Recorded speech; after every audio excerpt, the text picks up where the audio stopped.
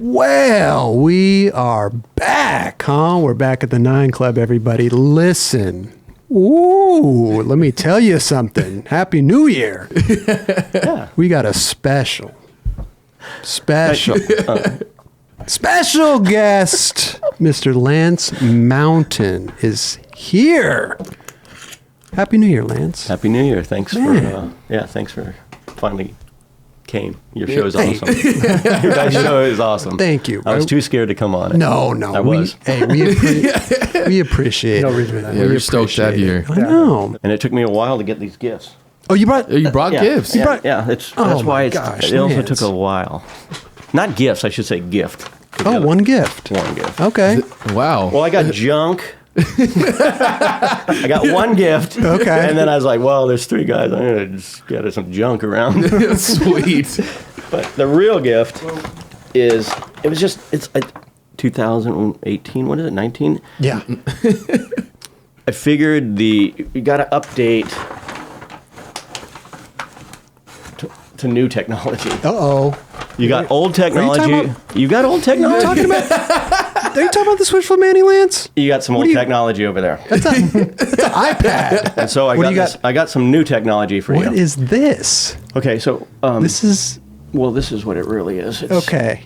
This is incredible, actually. What is to this? replace the iPad over The here. Switch. Okay. But What is that? since it needed to have a little stand, I had to put it on this is a photo of me when I was a kid on clay wheels. Okay. As Hackett would call it in my Amish outfit. Those pants are a little high water, by the way. Here is the They're a little above the belly button, I think. Oh, got a flip book. You made a flip Yes. book 9 Switch Flip Manny. Yeah. Oh, wow. Thank you so much, so awesome. Lance. Look at this, huh? Wow. It took me Let me see. Huh? Is it from the start like this? No, it's the other way. Oh, you I got to think it go goes from the bottom back? up. I think so. Okay, I like think that's that. how it works.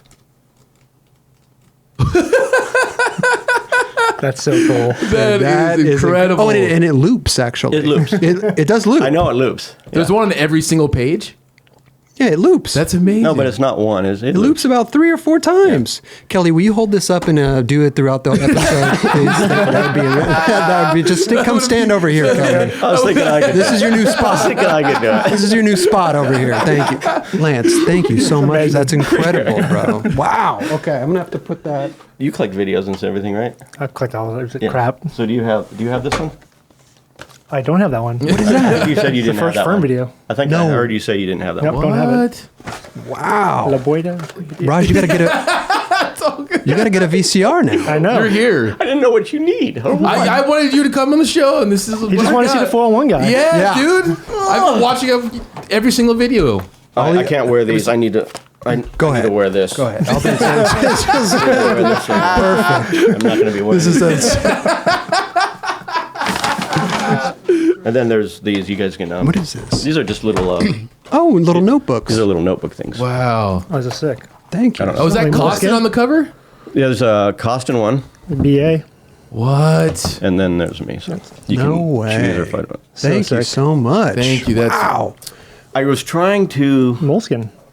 I was That's trying to give it incredible. up, and I shouldn't even mention it. Go ahead. But you're probably an S collector, right? Yeah, for sure. I didn't find it, and I was going to bring it. I was going to bring you the Atiba's Chomp on this. Oh, shoe. wow. I still Damn. have it. Wait, you have a whole collection of things. Like, I'm getting rid of it. what is that called again? It's Junk. Some people call it a museum. No, but you're like either selling stuff on like on Instagram or whatever. I moved, so I had everything in storage. Mm-hmm. And so I was like, you know what? I'm gonna when I bring the stuff into the house, because I bought a house or basically built a house in the last couple of years. I'm only gonna bring in the stuff I really like. I'm gonna see, use, touch. Totally. And I'm gonna start getting rid of the stuff it's all great stuff, but it's just like I can't have it all. Yeah. And so I basically Can't hold on to Stevie's dreads forever. no, that I can hang on. And I can probably hang on to that shoe. But somehow I couldn't find it, so maybe that meant I'm not supposed to give it up. But Why are you holding on to people's dreadlocks, man? What's going on? What is this? Did he cut them and then you saved them, or did you trim them off him yourself? he cut them off. Oh, he did. Yeah, he cut them off. He had extensions, hair extensions. Oh, so they're not They're not dreadlocks, they're hair extensions. They're extensions. Put them in a bag and Well, if you ever need them, That would have been awesome if you brought those. Yeah. hair extensions.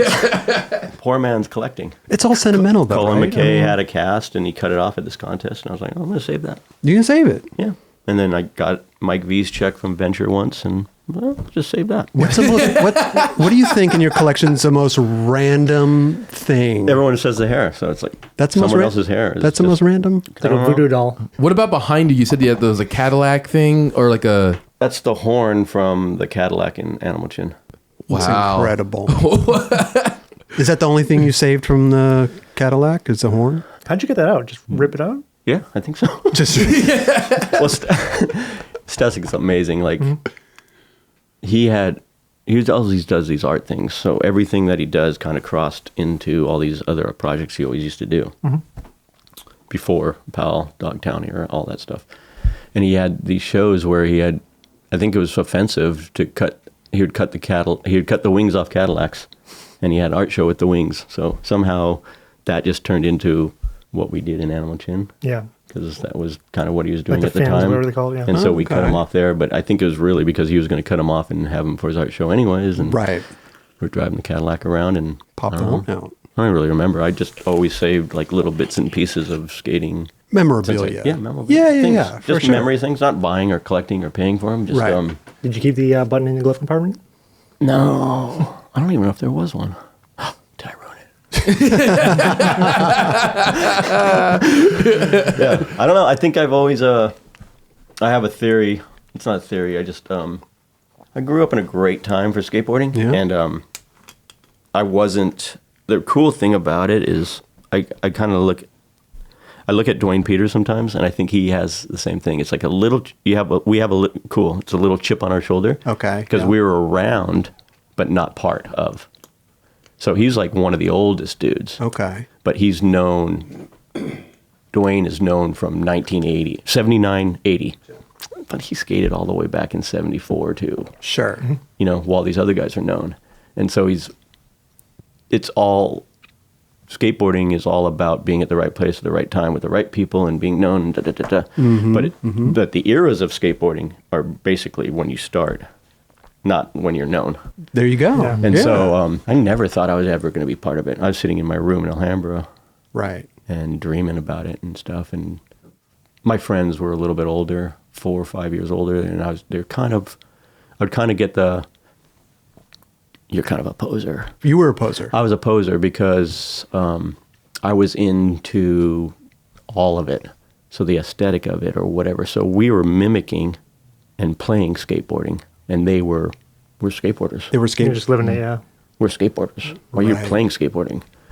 Why are you dressing up like that? And I'm like, well, because this guy's doing this. Or why are you doing that? Because that guy's doing it. I was like, that's not what it's about. It's about skateboarding. But they stopped skating.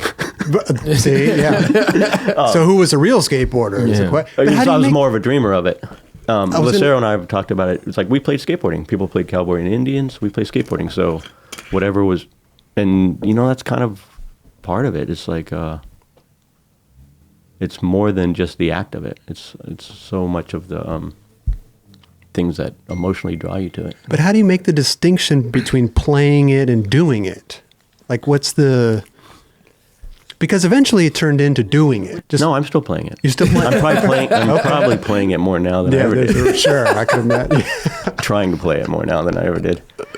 No, God, when you start, I mean, everyone I think has the same thing. Even a kid today, it's like you find this thing that feels or seems different, and you all want belonging, and you find belonging in that Sure. thing. And when we were kids, there was a toy. It's a toy, yeah. A lot of them were available because in the late 60s, mid 60s, there was like basically a boom of clay wheeled, marketed skateboards that with were the Black Knights and all that. Black Knights, Fight Pack, those kind of boards or whatever were available boards. And a lot of them had them, and they kind of, just because they didn't work that great or whatever, they kind of came and went. But everyone had them in the garage. Okay, yeah. Everyone had them. So the friend that I had that was 5 years older than me had his, and it came out every once in a while or whatever. But mid 70s, like 73, 74, the urethane wheel came out. And so there was another boom. And so all the crummy ones came out, and they were the hand-me-downs to the friend. Mm-hmm. So we all started on clay wheels because our older friend had the better product, which was a urethane wheel now. But the clay wheels, you were just kind of maybe just skating. You weren't skating when the clay wheels, right? Did you see that photo?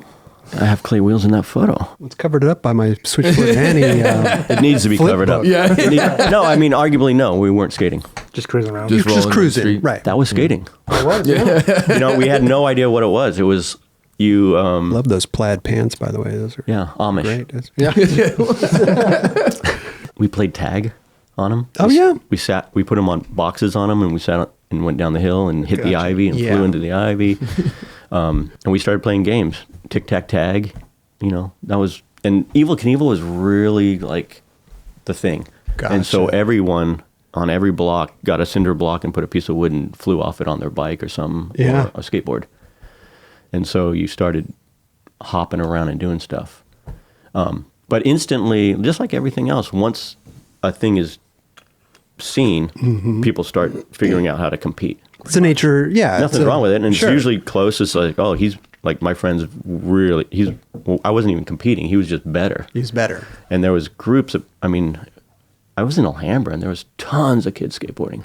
Oh, Tons. okay. For this short period of time. There was a place, Arby's Bank, and you go there and there's 50 kids there. And they're doing handstands and 360s and nose wheelies. And it's, Wow. all of a sudden there's maneuvers. Sure. And so I was connected to it real quickly because it was like, oh, this is something, just like every kid, it's like, oh, this is something I can do whatever I want, however I want, by myself with it. And I feel like there's something here rather than, I'm not going to really be fast enough for track or, Right. none of those things are interesting. You're free. You don't have to conform to what. The court isn't told. Exactly. There isn't a Yeah. court. Right. The There's rules no- in the court are not prescribed. They're not present. And that's why any kid is interested in skateboarding. Sure. But as soon as you start, then you start seeing, oh, well, there is rules. There is, oh, that guy. And instantly it was, how many 360s can you do? How many 360s can you do? How many 360s was what made you good? Just spinning around like on the back wheels. When you guys grew up, it was how high can you ollie probably, right? Yeah. How high can you ollie? How high can you ollie? It was how many 360s can you do? I could ollie 4 boards. I don't know if 4 was high or not. How many 360s could you do? I could not do them. I could do 9. I did 9 at the most when I was a kid. Nine's a lot though. Yeah. Oh no, there's guys still that can do 100. There's guys that are still going. Yeah. From that era, they're still spinning. But when you were young, if you made 360s, you broke a certain level. Mm-hmm. If you could do 6, you broke a certain level. And I was kind of at the 3 to 6 level. Okay. And there was dudes that were doing 9 and above, and up to 30 and 40, and it was nose wheelie 360s, and so right at that time there was guys, famous guys, Ed Nadlin, Russ Howell, Skitch Hitchcock. These were the guys that were known for skateboarding. I dug them because they were the known guys. in your area, or No, just no, known? this is in This professional skateboarding gotcha, or whatever. okay. They're known, like the Alva. I can do a lot of 360s. like A lot Tony, of 360s. like Tony Alva or whatever. Sure. But then Alva and those guys came in, and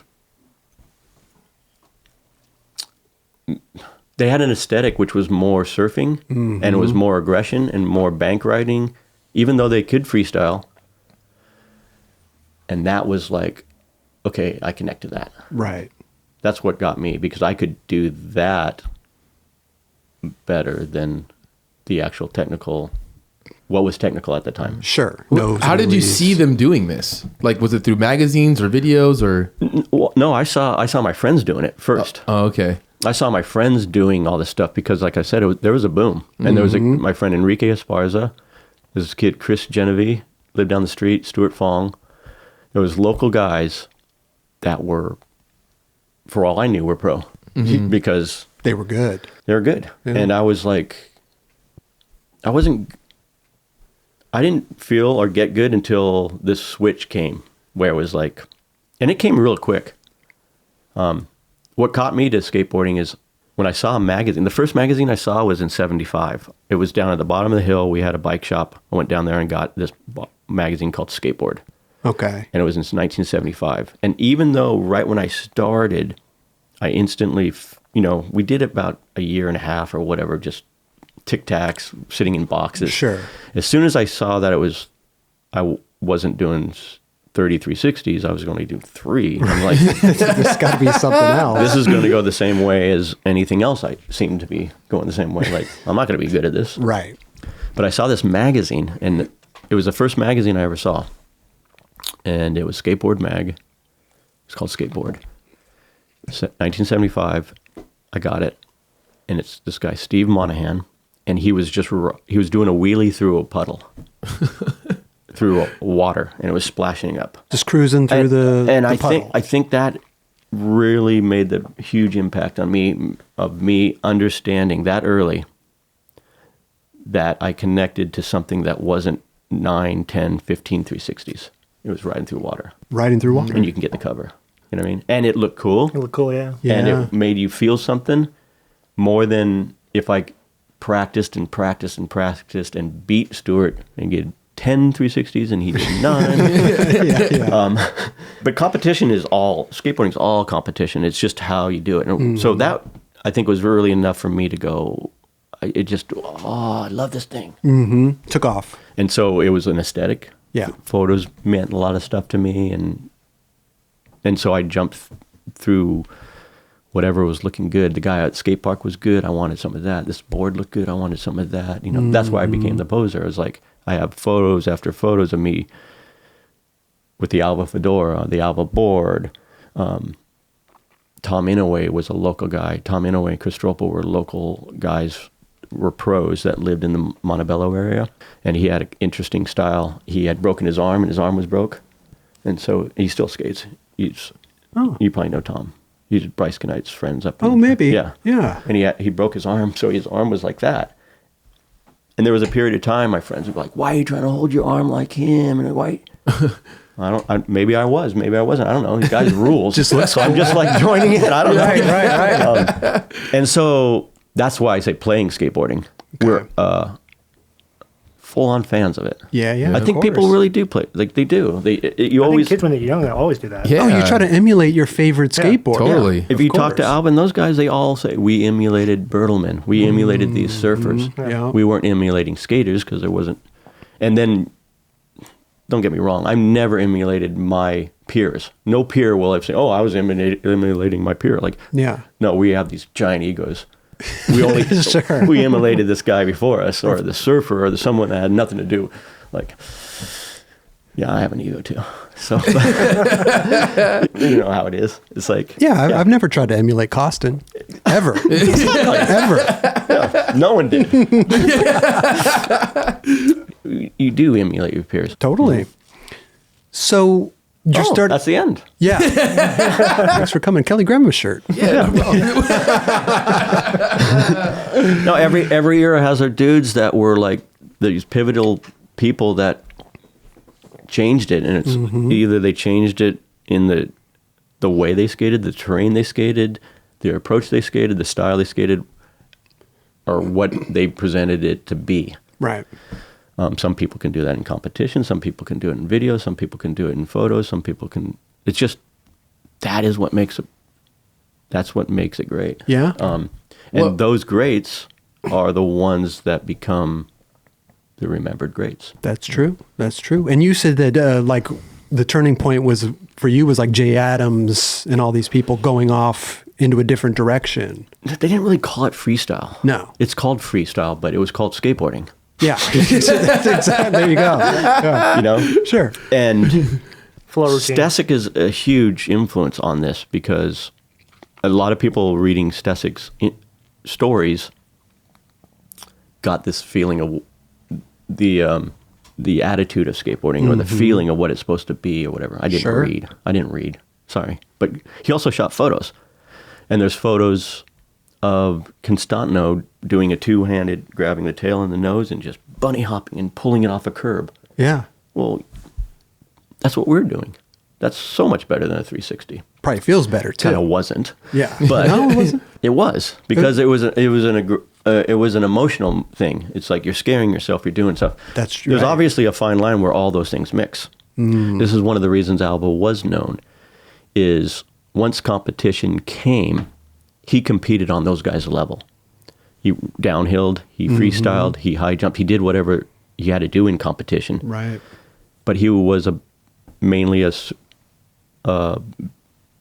surfer bank rider that ended up chasing that feeling to find vertical. Right. So that it split at that point where these guys were chasing this feeling and ultimately trying to find that vertical wall, and they found backyard pools. The industry is so far behind always. Sure. They never had pool contests. Alva never entered a pool contest. Huh. No, there was no contest in a backyard pool. It was like in the articles and everything, everyone was like, yeah, Alva's a few years ahead. He's a step ahead. He's kind of like cutting, breaking ground. breaking ground. Yeah, here. yeah. And there was articles about it and little things, but was there a competition showing that? No, never. We can't do that. That's in the backyards. That doesn't make sense. Yeah, how are That's you gonna illegal. do- How are you sure. going to do it? Blah, blah, blah. Then they built skate parks. 6 months later, yeah, they have a pool contest. Right. Someone like Steve Alba has already passed. He's gone. Steve Alba wins the first pool contest. Okay. Olsen was here. There was another one. Olsen won the first pool contest. So trying to figure out how you put that into a box and make it competitive is always a little behind.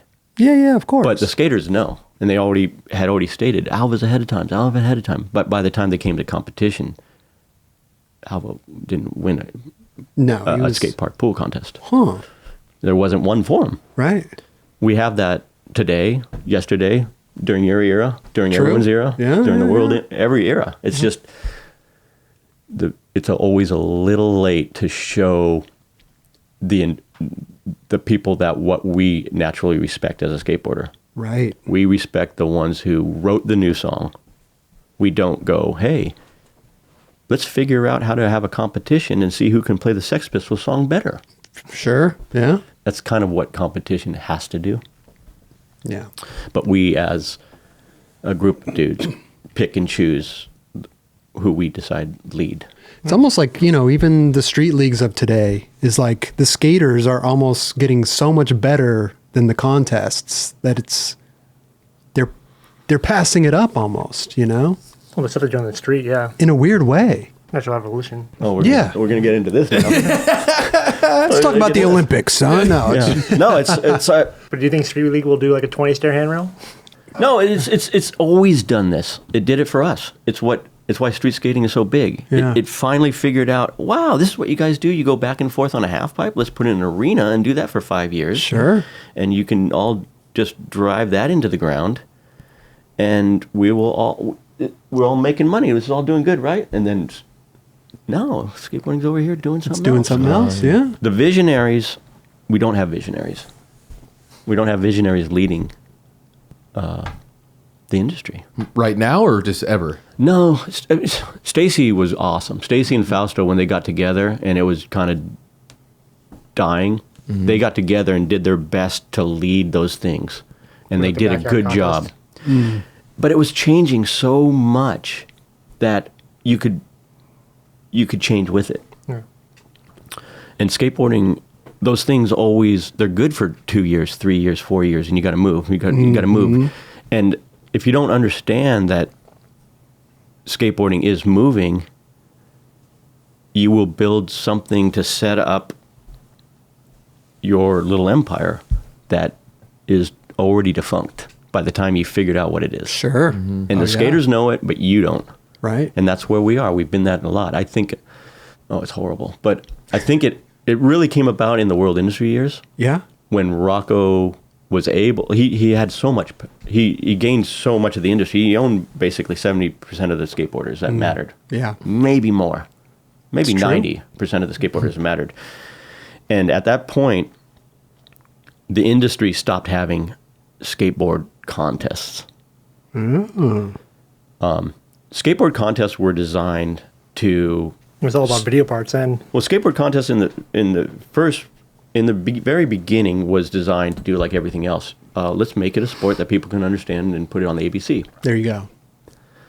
and those guys try to run it and do whatever. And Alvin, these guys were doing what they're doing, like just destroying the whole concept of that. Mm-hmm. And so skateboarding was small. And so the industry, which is, you know, what I'm just going to say Stacy and Fausto got together. There's other people, but they really got together and said, hey, this thing's so dead. How can we nurture it?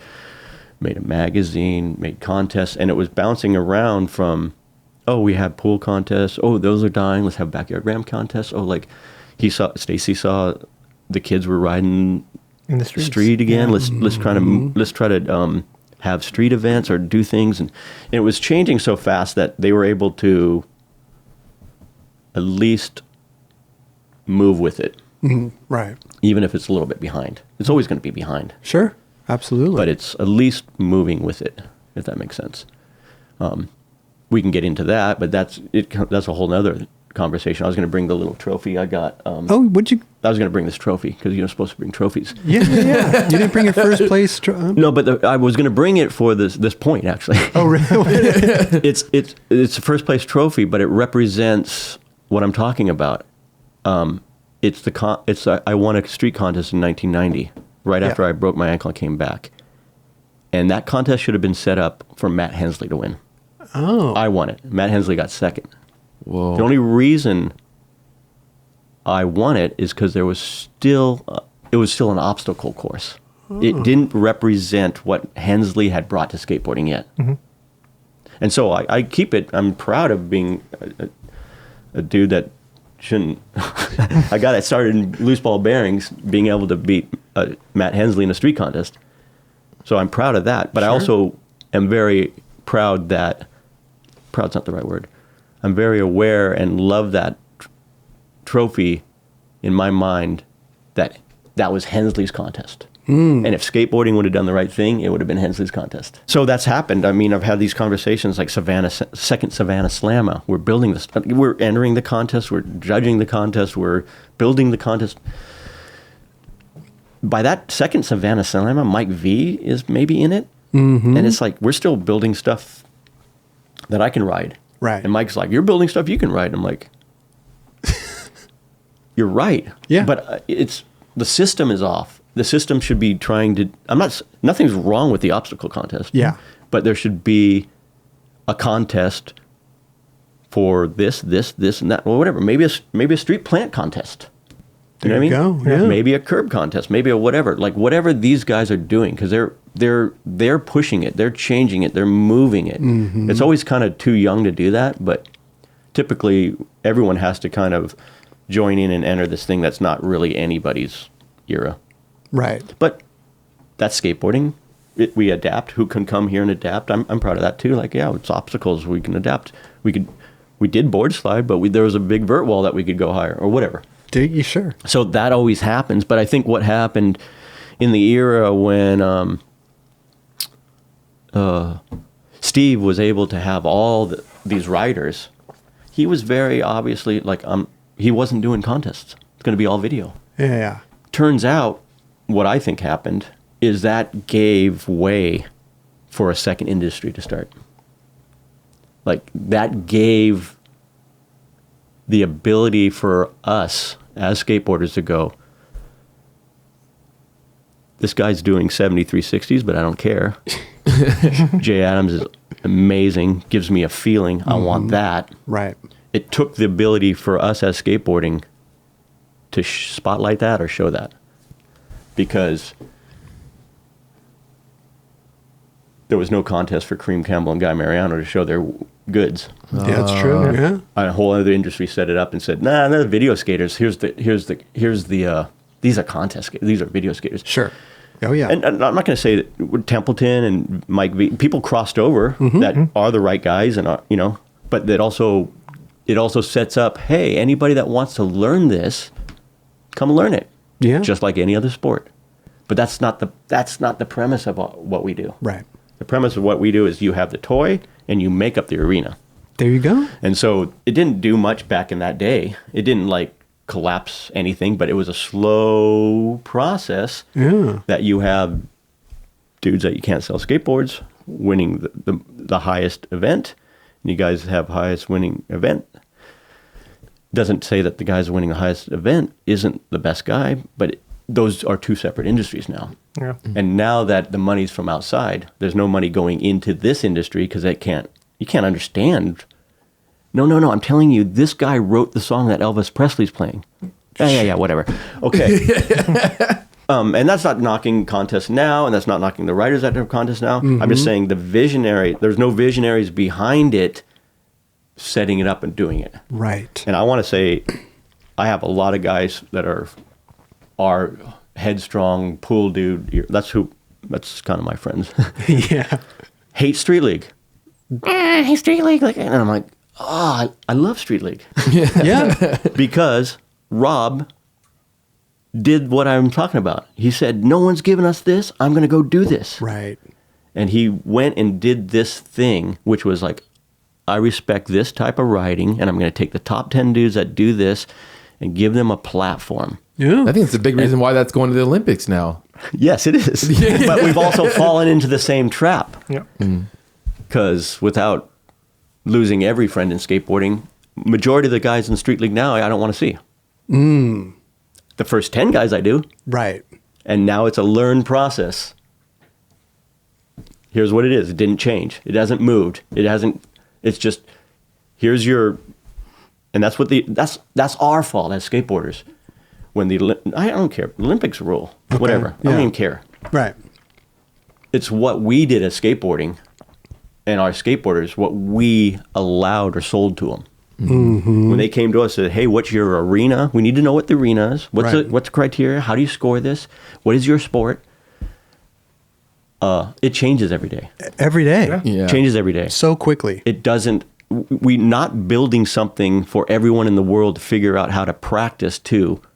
We're moving. There's no court. There's no court. Yeah.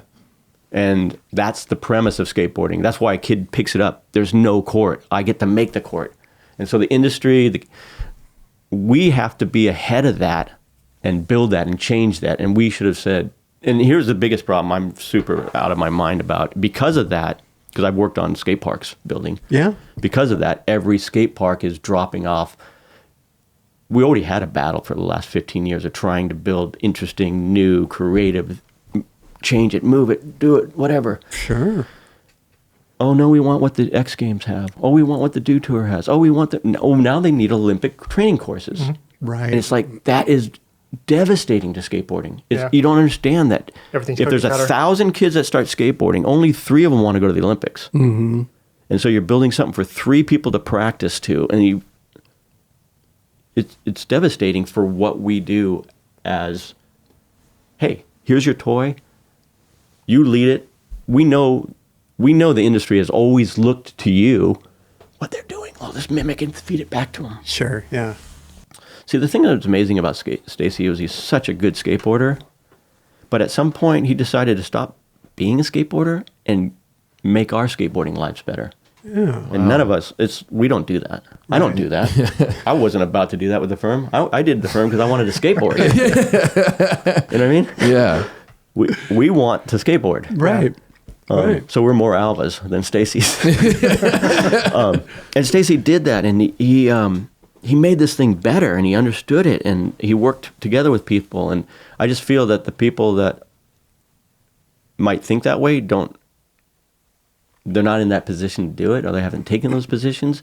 And we, by default, let those reins out to people who basically intuitively don't know what it is or should be, without saying a bunch of bad things about people. Sure. Yeah. They're trying to do a good thing, but realistically, if they could do it, they probably would still be Alva skateboarding.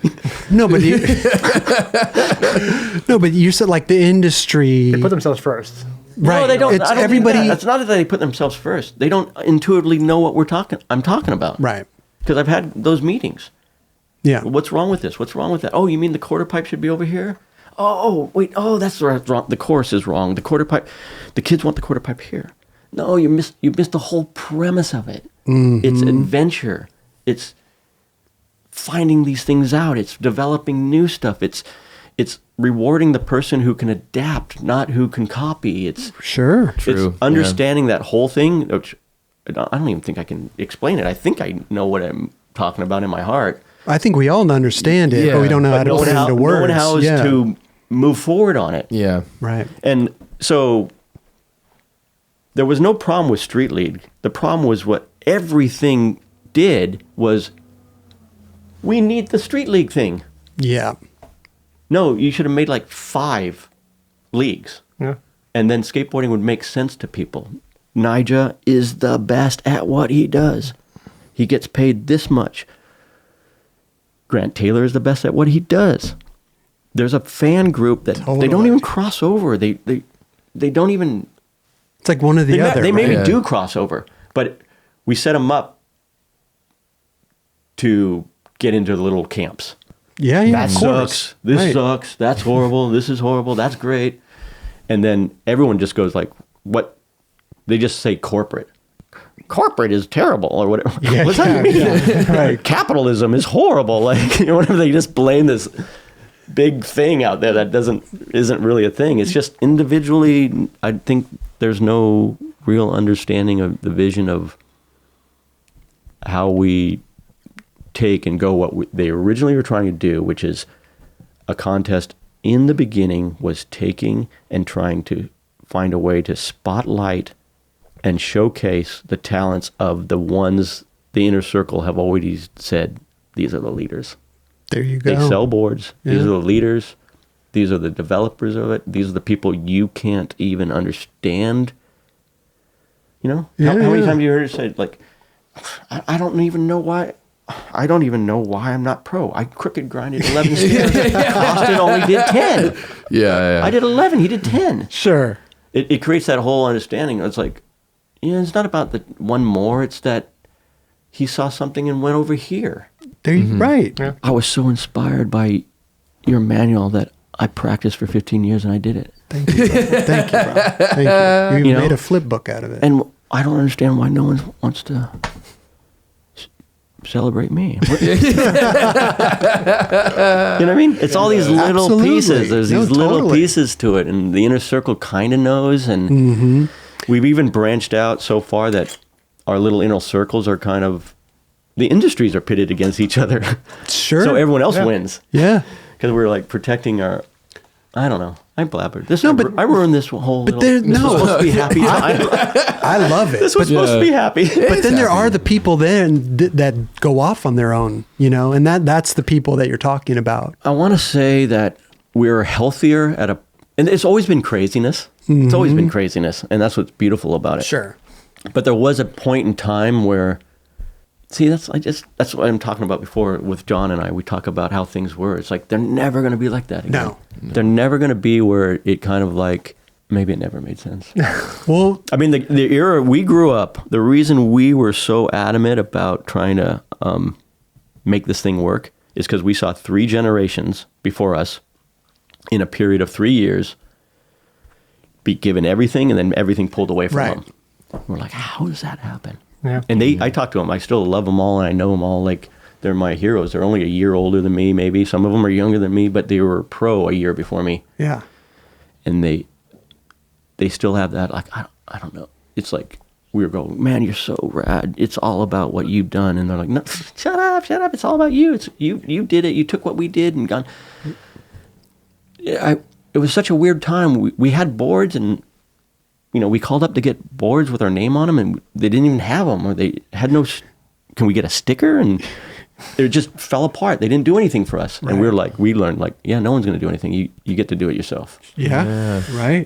But there, and I think it's almost back to this point where the kids today, they don't know how to do it for themselves because the thing is so big that if they want to do it, just join in and do it. And they're at these events, they're at these things going, this feels wrong. What's wrong? How do you, what, should we move the quarter pipe over here? Yeah, they need to take ownership in it. You know, and it's just like, oh, we've missed the premise of why we started. Yeah. Like I've learned a long time ago, like skateboarding, if you want to actually stay doing it, it's more than winning. It's theater. What do you mean by that? I mean by that, when I grew up, there was 2 guys that were just as good as each other, and one is known and one is not. Yeah. It's because Personality, the way he looked, the way he carried himself. yeah. The way one of them didn't enter contests. Contests involved part of it too. Yeah, one of them yeah. didn't enter contests. One of them, and you had to be the no-nos about it. Oh, I'm going to go back to, I don't even want to do this. Where are we going? I'm going to go back even to a film we saw when we were kids. Tony Alva. Not even arguably the father of what we do. Mm-hmm. But there was other guys that were good back then. Sure. Really good. Great. My friend was into this guy named Jerry Valdez. Okay. I was into Tony Alva. Right. But I was into everybody. So on my board, I had Jerry Valdez rode for Valsurf. So I had a Valsurf board with a Alva sticker. Which Okay. you don't do that. It's like a World Industry sticker with a girl sticker. I was just about to say that. Yeah. I don't know what you do. But it was very territorial, whatever. I loved it all. But I don't even, that's so lame. What do you got? What do you got? Alva's rad, man. It's Yeah. not knocking Alva, man. He's the best, and I'm the hugest fan. But there was a film at Alva's peak, and they're riding a pipe, and he sticks a sticker on the wall. Yeah. Reaches up and sticks a sticker on the wall, and it's like, and then there's this guy Jerry Valdez comes in the same video or movie, and he does a frontside kick turn over the sticker, Oh. and my friend was like, Jerry Valdez. He went over the sticker. He's better. Yeah. Why do you have an Alva board, basically? I'm like, I like Alva better. Right. It's just everything. It's the whole thing. Yeah. Don't dislike Jerry. Sure. Love Jerry. Even to this day, I know him. Love Jerry. But it was too fine to notice. The whole industry was saying, this guy, this guy, this guy, this guy. This guy wasn't. And arguably, Jerry learned a bunch of more modern tricks. He did all these things. But it was right time, right place. Right backing, interviews, contests, all of it. Yeah. It's one of those weird things. And this is Perfect storm. this is arguably, at that point, two of the greatest dudes. No, not arguably. They were the two greatest dudes at that point. I would say it's kind of saying Guy Mariano, Henry Sanchez. There you go. Oh, okay. Yeah. How does that happen? Why does that happen? Why does one right? Oh, And I think it's a little bit more theater. Yeah. Or that's a bad reason to explain theater. I'm going to say there's two other guys later on, which I'm not going to name, but one of them, they both skated very much the same. They both were 1 and 2 competitively, and one of them developed a following of how you. One of them, like a Jay Adams, developed a following of what this means to people. Another one is more known for tricks. They're both known for tricks, but one was more known for tricks, and one was more known for this is what it's about. Yeah. And the next generation copied the guy's tricks, did them better, and forgot about them. Right. And no one forgot about it.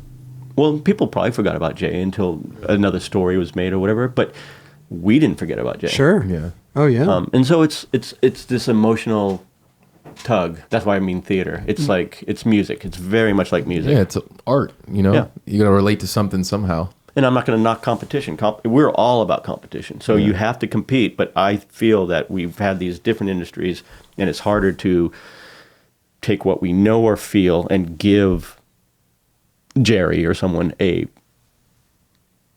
opportunity to make the most of it. Sure.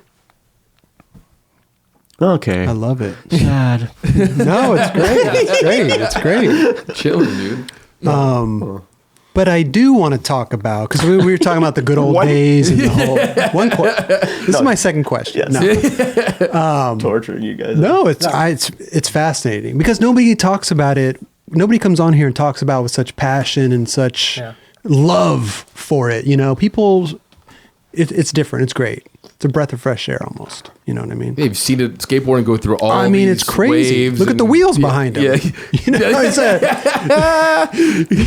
went from, what is that? It's been skating as long as I've been alive. I know. Well, this is a loose ball bearing, Okay. which is a roller sport. I started on it. Well, my friend gave me clay wheels. They're white clay wheels in there. The one in the picture, So yeah. They're actually a little bit before this, but it went right to urethane. So I got this wheel called the Metaflex. This is actually a roller sport. Is that about 75, 76? Yep, Okay. 75. Gotcha. They actually, urethane came out at the end of 73. So I think they came out at the end of 73. But I believe I got the guy's hand-me-down board, and I think I got Metaflex wheels in 75 when I saw the magazine. And then what the hell's that one next to it? This is a Targa. This is, actually at the time, it was a terrible wheel. It looks it's super wide. I know. It's a normal size wheel for its time. A Sims Pure Juice or something was like this. But I had Targas. I had this on my Stacy Peralta Warp Tail. Okay. Which we can get into that. That too is another scam because it was actually a plank of wood with a wedge. They used to have solid pieces of wood and they put a wedge on it. Oh, okay. They're called wedge tails. Okay. And G&S sold the Stacy Peralta Warp Tail.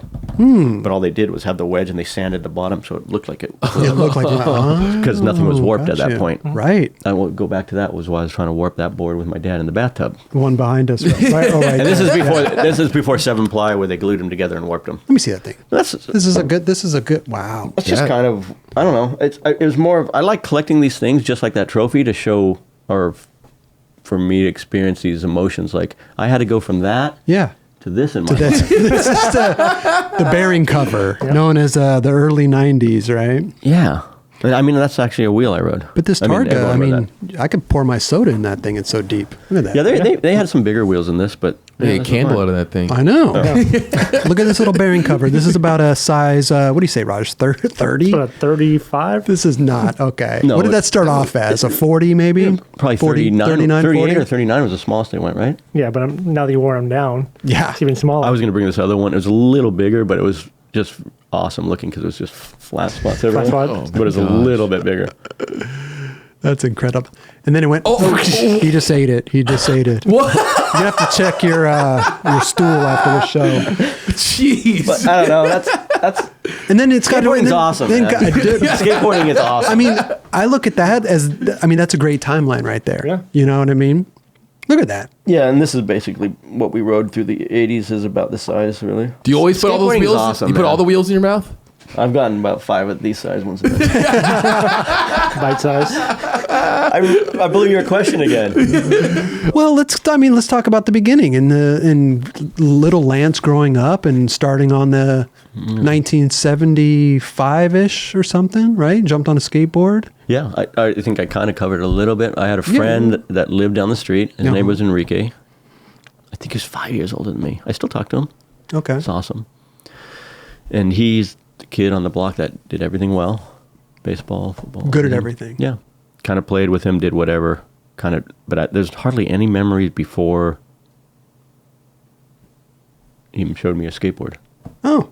Gave me his old skateboard. That's where your memory database starts. Well, I mean, I know we played this. We used to play this egg in the hole. Like, we used to play games, and he was really good. We'd play tag. You couldn't touch him. You'd play football. You couldn't even come close to touching him. Okay. I mean, I should go back farther, I guess. My dad is British. Okay. British citizen, came here and got married. Actually never became an American citizen. Even when he got married, he can't. He just had a green card. He didn't. Oh, okay. Yeah, because he's married. But he actually never became a citizen, I guess, which is, whatever. But he was an amazing dude. He was like, to me, he was normal. Yeah, sure. But looking back, he was very not normal, perhaps. Have you ever seen Chitty Chitty Bang Guy? Of course. You've seen Chitty Chitty Bang Bang. Chitty Bang Bang. So I don't know who it is, but it's the colonel, the officer. Yeah, the mustache. The mustache. Yeah. That's my dad. Yeah. Oh, Fully my dad. Yeah. British dude, just whatever. He collected British military stuff. He had like a museum or something, right? Yeah. And we'd dress up in costumes all the time. And was he in the military ever? Yeah. Oh, he was. Yeah. Okay. So well, he was a kid. He lived in Lewisham, which is right outside of London. And so he was one of the kids that got sent to the South when they were bombed. The war, yeah. Yeah, they're getting bombed. They sent him to the South. South got bombed because that's where they're coming through. His school was destroyed. His friends were killed. Wow. Damn. He got shipped up to York, and he was like one of the oldest kids. So he's kind of like the leader. There's 15 kids at a farm, and him and whatever. Yeah. I don't know if he was 17 or 15, when he was old enough. So 15. It was basically right at the end of the war. He joined a Lancer regiment. It's actually 17th, 21st Lancers, which is the Death or Glory. Okay. You know, it's like a famous skull with Death or Glory. Sure. That's their regiment. He joined that as I don't know what it's called. It's like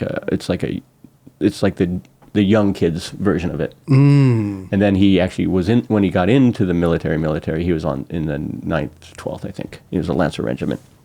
So he didn't fight. He actually drew maps. It was at the end of the war. They're still doing cleanup in Palestine and stuff. Oh. But he didn't fight. His regiment, from what I know, he didn't really tell me everything, but his regiment somehow boat sank or something. Okay. But he was back home drawing maps. So that was his deal. He started collecting all this stuff, the little bombs and everything that fell on his house. He started collecting parts of a Spitfire that crashed. Wow. Then he stole his uniform. Stole it. They wouldn't let you. You had to. What they were is a horse guard regiment, like a Lancer regiment. Oh, okay. Ride around on horses with spears. But I mean, the Second World War, they didn't do it. But like all the British regiments, like the Queen's Guards or horse guards, they ride horses. They have the big plumes that dress. All the guards, which wear the big bear skins and the red suits, they're all army. Okay. And they were cavalry, which turned into tank regiments. Okay. So there was a thing called like the Crimean War or whatever. Charge of the Light Brigade. You probably have heard. These are back in the 1800s. That's what they wore, and they fought on horses and everything. But so what they did is you would wear all that stuff as dress or in parades, but you actually drove tanks in the war. Okay. And they still do it. They still dress up like that, even though it's just for parades and stuff. Yeah. For show. So he had his lance still, and he actually took it. I have it. He named you after? No, he named me after an uncle that was killed in the First World War. Oh, wow. Robert Lance. Robert Lance. Two. He had two uncle. His brothers, his dad's brothers. Two of his dad's brothers. Oh. My mom's the only one that's going to know if I got this wrong.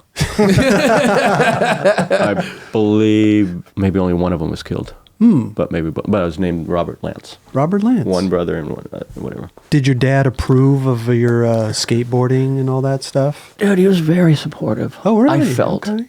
I felt it was. We did a lot of art and stuff with him. Did a lot of silk screening and built a bunch of stuff. And so when I got into it, I think he thought, I only get this information from my sister, my older sister, because my older sister said, "Oh, they did not want you to do this." They didn't. No. Yeah. But I never felt that. I think they just were worried. Like, okay, so he, because he was British, I think when he got here, he didn't want to send us he thought our school system here was terrible. Okay. So he sent us to a private school, Yeah. which is interesting. I guess probably because he was British, we ended up going to a Christian school, which is like a Protestant school rather than a Catholic school or whatever. I think, I'm not really sure. Okay. That's probably why, which was really interesting. So I definitely got that from that era, being a kid, getting into skateboarding, that everyone was worried. He's going to become this skater, druggy. Exactly. So I went to a private school, and I definitely knew that they were kind of like, oh, we got to keep this kid in prayer because he's going in the wrong direction. Yeah, he's going in the wrong direction.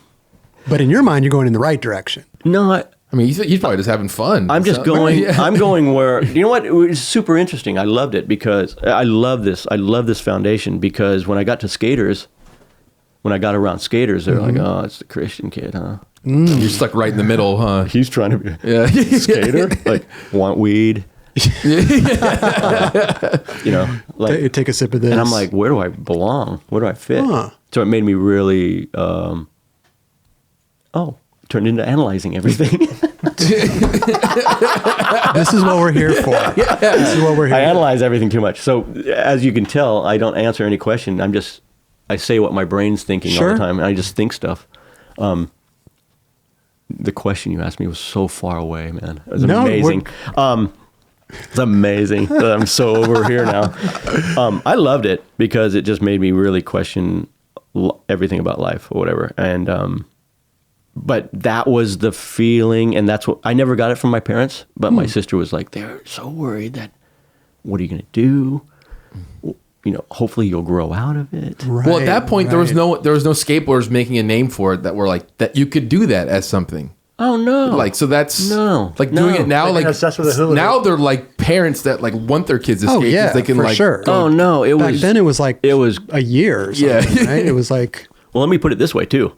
This is when the Jesus movement was happening in the 70s. Mm-hmm. So I'm going to this old, I don't know, old, but an old way of a system that is even the Christian school system is shocked because there's a whole new movement of the Jesus movement in the 70s. It was like hippies, long-haired dudes, just surfers and freaks coming to the Lord. Okay. Like it was a huge revival. Like it was massive in the early 70s. wow. And the church is like, oh my goodness, what's going on? They're letting sinners in. You know what I mean? Like, which is basically the whole message that the Lord has for everybody. He's died for all of us. Like he's died for sinners. Everybody should be able to come in, right? He died for Yeah. sinners, not for a system or a church but I felt and I saw that going on. Like we try to do the right thing, we try not to do the wrong thing. And there was a big shakeup in this community that I was going to school with. Yeah. That hippies and people that smoked weed at one point maybe are here. Sure. Or whatever, and they're just on fire, crazy, rad dudes. And then I was like involved in this other side that was that. So what are we going to do with this kid he's going to become a pothead, a loser, a drop, whatever. That's what you were if you had a skateboard. Sure. Yeah. No future. And your parents, even the best of the parents, are like, I just want better for my kid. How about school? Yeah, of course. My dad wanted me to, I think he mentioned computers. Back then. Back then, for sure. I Yeah. didn't even know what a computer was, but he wanted me to, he was like, maybe you could be an architect. And he wanted me to go to a trade school that was 5 years that would teach you architecture stuff, and computer stuff was possibly on the horizon, which I didn't even know. It was way farther off, and my timeline could be a little bit off, but I don't see how it could be because I knew by 78 I'm going to skateboard. Yeah. Like I don't know what else I'm going to do. But I'm Like not you're just gonna try I'm not to going to get- make money at it or anything, but I'm going to skateboard, and I don't know how or what kind of job or what I'm going to do to fit in to do this, but we were skateboarders. Well, at this time, I mean, what, you're like 13 or something, right? I was probably 14, 13 or 78. 14, okay.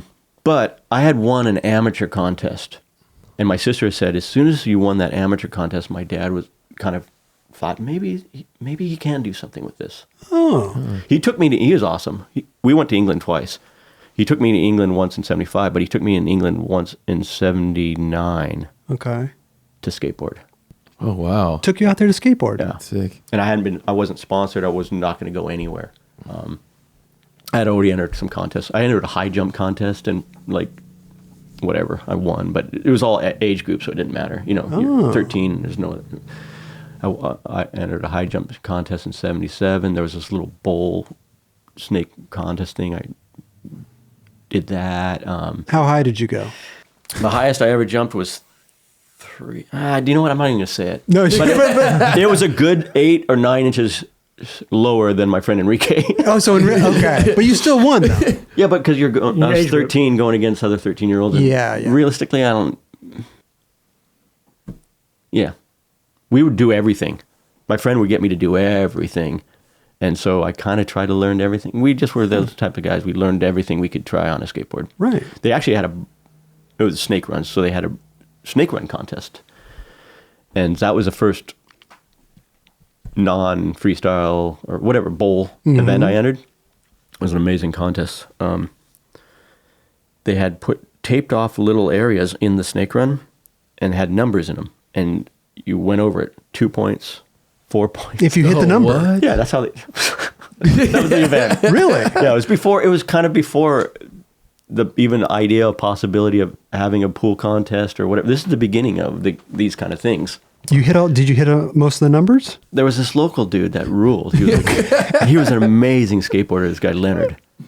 We all looked up to him. He was a local ripper. Mm-hmm. And he could do rollouts. There was no edge at the time. It was Okay, but he could gotcha. do a rollout, rolling. It just came out, basically. Oh. And he put number, whatever, 100 up there. He put it up there for... No, it was like a 5 or something. Okay. It was like a 5 up on the deck, and everything else was 1, 2, 3s. And he knew how to like hit the bank, roll out, hit the bank, roll out. So he had 175 points, He and the killed rest it of in us that. had like 4, 12, 8 points. Sure. So it was awesome. I mean, the guy was a good skateboarder, man. Leonard killed it. There was like a highway patrol little video that we're all highway patrol safety film we were all in, and I had to be the little kid that came in, and like he was they had skate police at the skate parks. What? They had like skate police or skate patrol at the skate parks. The guy, they probably still do it, like the guy that makes sure everyone's wearing their pads or doing Oh, whatever. yeah. Yeah.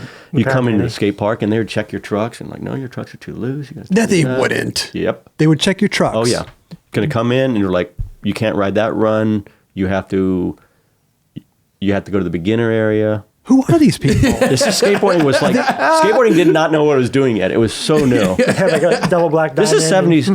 70s. Montebello opened in 76, so this is right at 76 or the end of 76, right at the beginning of 77. This skate park opened in Montebello. It's considered to be the second skate park ever to open. Oh. But I think it actually there's dates that said it opened before Carlsbad, but I don't think it did. I think it was meant to open before Carlsbad, but I think it opened second. Okay. But if you look at books, and there's a book I have that says that Carlsbad opened in 77 and Montebello opened in 76, 70, but okay. I don't think it did, No? if I remember correctly, because we sent away but I think there was a lag or whatever. And we show up first day, and then we can't ride the runs because you are a beginner. You have to go through a whole test to see if you can move up to the novice or advanced The area. skate police are What? testing you. So we paid, and we had to go to the straight sidewalk. So there's, I have bunny photos. slope? There's seriously like 60 kids standing inside a skate park riding a sidewalk. Right. When there's a sidewalk right outside. But we had paid our money to be my inside God. The what? doing handstands up and down this sidewalk because we're not allowed to go on the snake run that we all wanted to get to. But there was hundreds of kids there. So they You didn't had know to how prove control it. yourself before Yeah. you got to the police. Was there someone to stand there and watch you judging you or something? The thing is, I don't think they ever really got to the place where they did those things. I think it slowed down, mellowed out, and then you kind of just the rules went out the door Sure. the next week or Right, whatever. right. Did the skate police ever tighten or loosen your He was trucks? on skate patrol. Yeah? Did they tighten mine? They tightened mine the very first time I went there. They tighten your trucks. Oh yeah. There's a guy, Curtis Hesselgrave, that was telling everyone how to stop, drop, and roll. Like They were doing fire magazines. drills? In the magazine, they Oh. taught you how to fall, and it was funny. Skate parks were funny right then. They were like, they didn't really know. They didn't know what to expect. It's this brand new thing, And Yeah. then they made this thing, and hundreds of kids show up. That park, by the way, was absolutely obsolete by the time it was built. Like, no run was deeper than this. Oh, wow. All the pros that came there 4 feet. came once and left, and like within 3 months, It was done. Upland was built, which had a 15-foot deep bowl. Oh shit! And that's how fast skateboarding was moving. Yeah. Sure. I got sidetracked. You asked me something. I don't remember. Yes, I'm ruining it. You stumped me. Is it okay that I'm ruining it like that? No, but Yeah. This are you is fantastic. I can go for hours. Just listen. That was the first event. First event and you won it. And that's when your dad Oh, England. Yeah. But that's when but you won that contest and that's when your dad kind of No, not that one. This is No. sorry. Not that. That was way too small of a thing. That was way too early. That's Okay. I didn't win. He didn't until 80.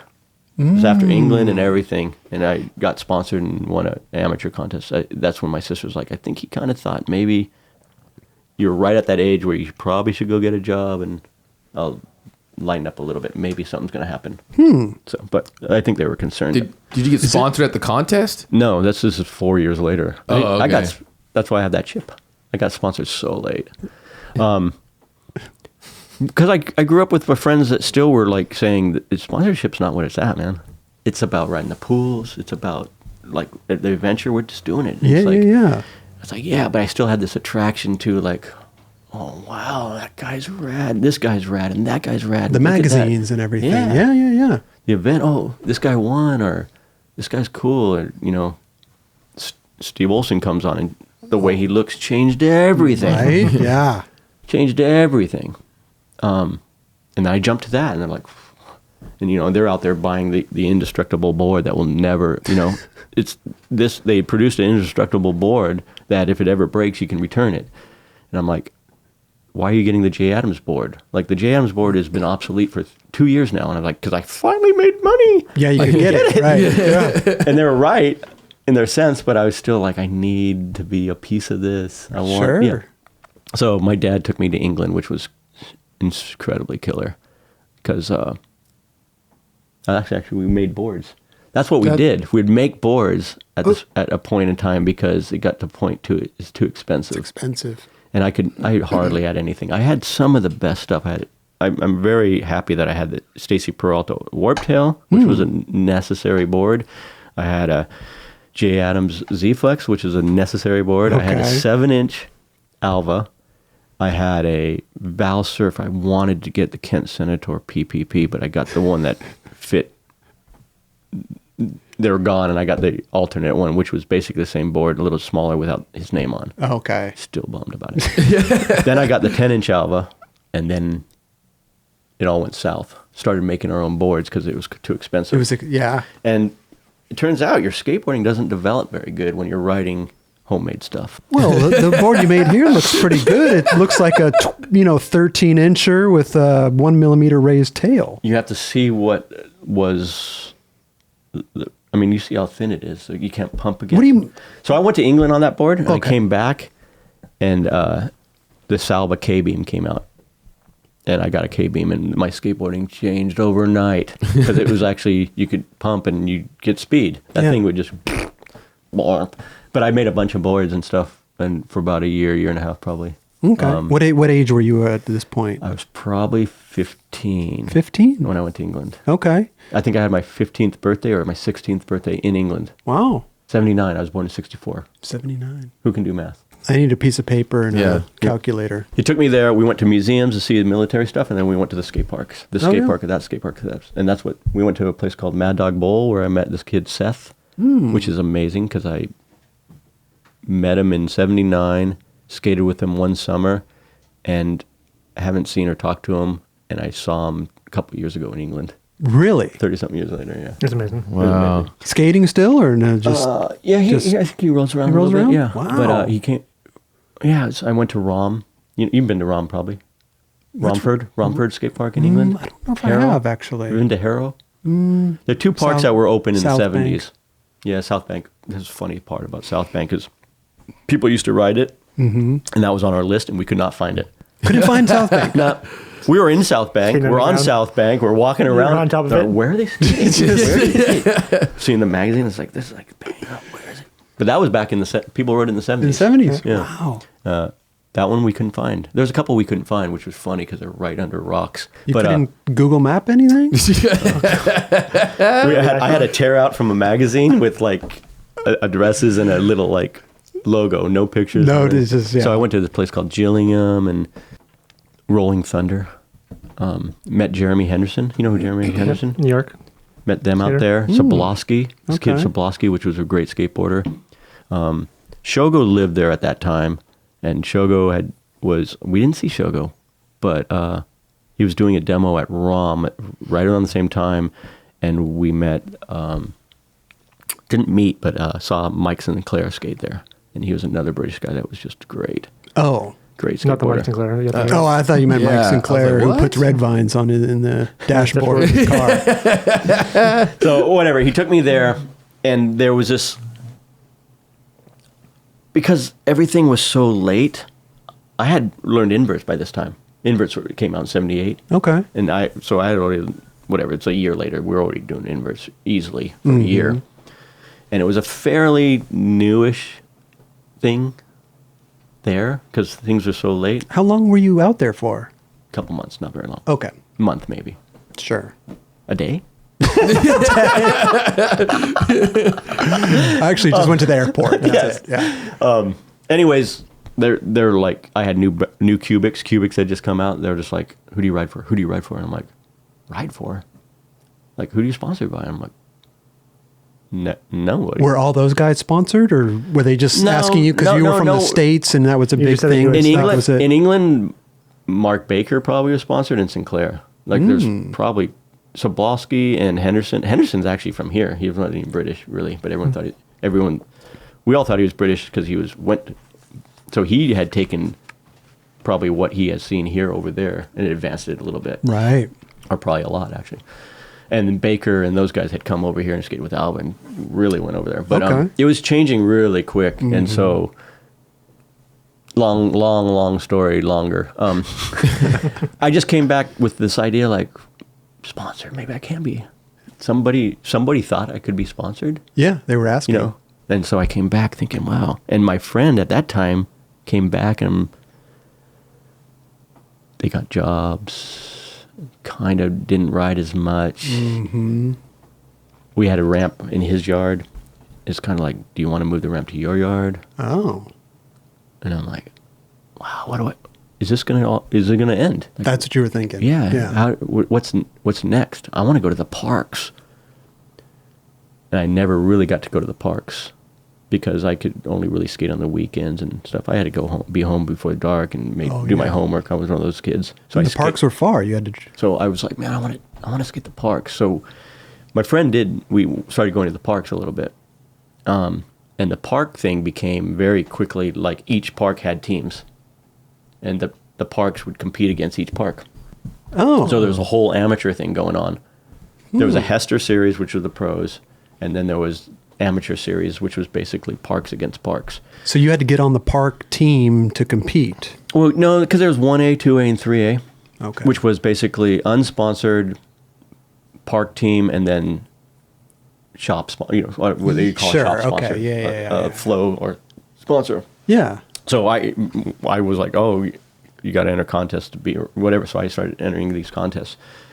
And Noah was great. Noah tells me the story. It makes me feel good. Wait, but like you would skate at the skate parks, like the contest at the skate parks? Well, what I would do would go, hey, there's a contest at Reseda. There's a Reseda on May 1st. So I could only skate weekends. So I'd go, hey, get my friend or my sister or whatever to take me to Reseda. Practice 2 or 3 weekends and then try to get the contest. Sure. But like, if you went to Reseda, was there a Reseda team? Yep. And the Reseda was probably pretty good at its own skate park. Oh, it was all localism. Yeah. Yeah, it was all, I mean, that's the beauty of that thing. It was all, just like today, it's heavy localism. Like, if you know the park, you know the park. And so, really, the people who rose to the top were the ones that weren't from that could come and do okay or win. If you could go to a park and win, wow. They're like, who are you? Yeah. That was Cab and Scott Foss. Oh, yeah. They, as AMs, went in and it was just like, crushed it. Who are these kids? What? It changed. It's amazing how the generations change so quick. It's just insane. How were you doing in the contests? Well, these were just unknown. Oh, as AM? Yeah. I basically won all the time. Won all the time. But I entered 1A. So here's the thing. That's the story I was going to get. The Yeah. second contest I think I entered was, it's not second, whatever. But there's this, I don't even remember. When we started entering pool contests. Okay. But one of the early ones I went to practice, it was Paramount. And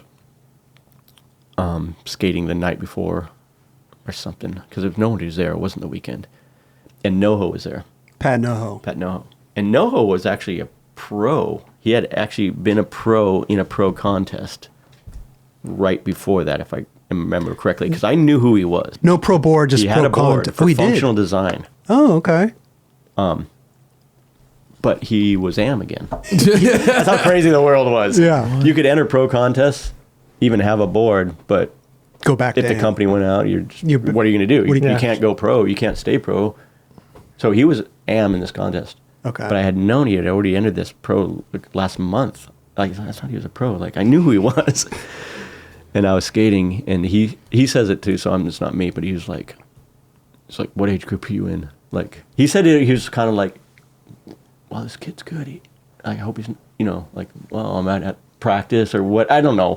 But he was basically saying, or told me since that, I didn't know it at the time, but he's told me the story since that he was like checking to see if I was in his age group and his division. He didn't want to go up against you. Well, I don't know if he didn't want to, but it was just like sizing up. Oh, maybe. Sure, okay. I was in his age group, but I was in 1A. I was like, I haven't entered anything before they told me, like, I got to go to 180. He's like, oh, cool. So I entered this contest in 180. Like, I should have been in 3A, basically. I should have been in their division. Oh, he was in 3A. Yeah. Not that I would have won or anything, but I should have been in that division. Right. And it was obviously that he noticed that. So that's another thing. I was like, oh, yeah. But I, for me, everything was fairly slow because, so I'd skate Lakewood. Mm-hmm. And Lakewood was kind of empty, and I was like, where's everybody? And they're like, there's a new park opened, Skate City, Whittier. Oh, yeah. And this is kind of late. This is the end of 79. Right at the end of 79, 80 it opened. Okay. So, I mean, I had already ridden for a long time, and if you're at the right place at the right time, things can happen or whatever. I'm looking at Eric Dressen, 10 years old. Like, oh, yeah. Riding with Alva. Who are these guys? I wish I could be with them. You know what I mean? That's Sure. never going to happen. And so I go to Whittier, and it happens to be basically tryouts for the team. And I'm like, so I entered it or what? I don't even really remember. Lucero tells me the story. He's like, they were locals. They lived across the street.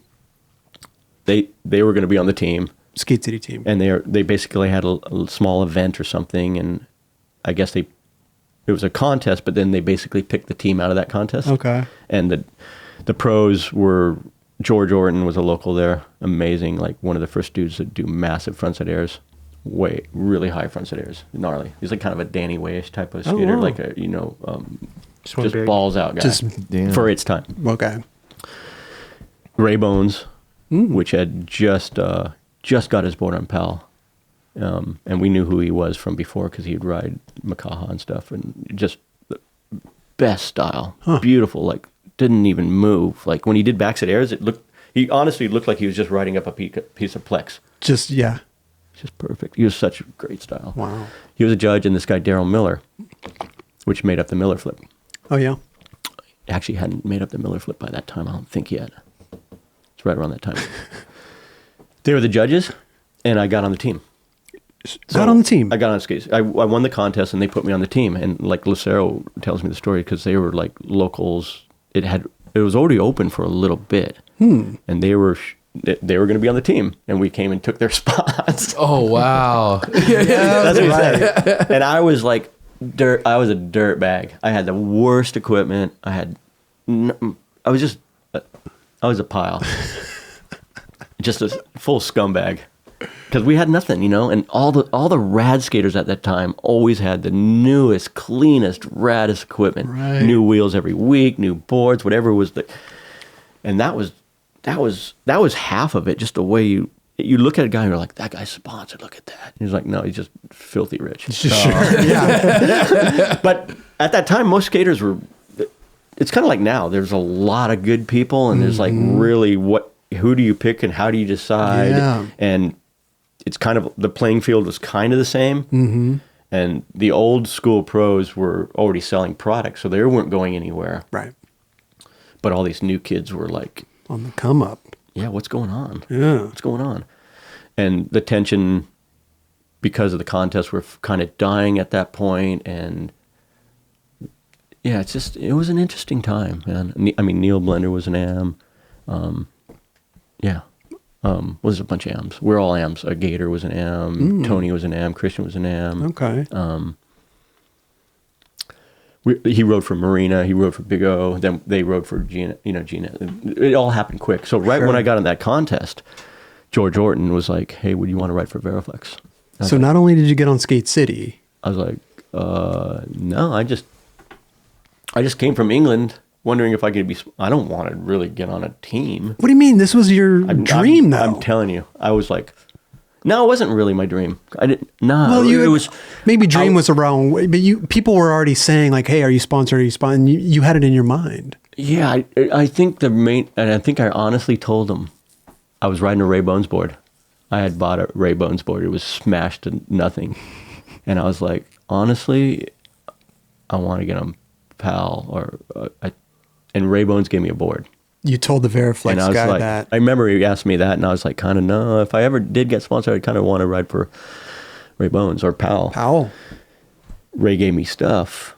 I was like, I think I can get on Powell. I think it's gonna happen. Right. So I'm gonna. You're already on bro flow. It's super funny, man, because I have a photo. It's so rad. It's so rad. My dad shot it. I have a bunch of pictures. We always shot stuff, and I always try to emulate stuff.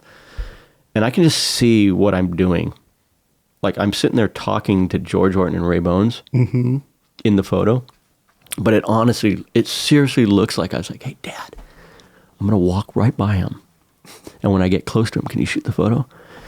And I'm walking by, and I went, that's what the photo looks like. Because this is like, I think I'm part of this thing, and I'm not part of this thing, and I want to be part of this thing, and I don't think they even know who I am. Right. But I kind of got a board from them, so yeah, I'm basically on Pal, right? Like all this weirdness, you know. Anyways, George Orton basically quits Variflex and rides for Santa Cruz right away. Anyways, Okay. and I skate for the park team for about a year and a half. And I got a board. My board got stolen at this other contest, and this guy Steve Hirsch, which was one of the main Variflex riders, him and Eric Grisham won every doubles contest.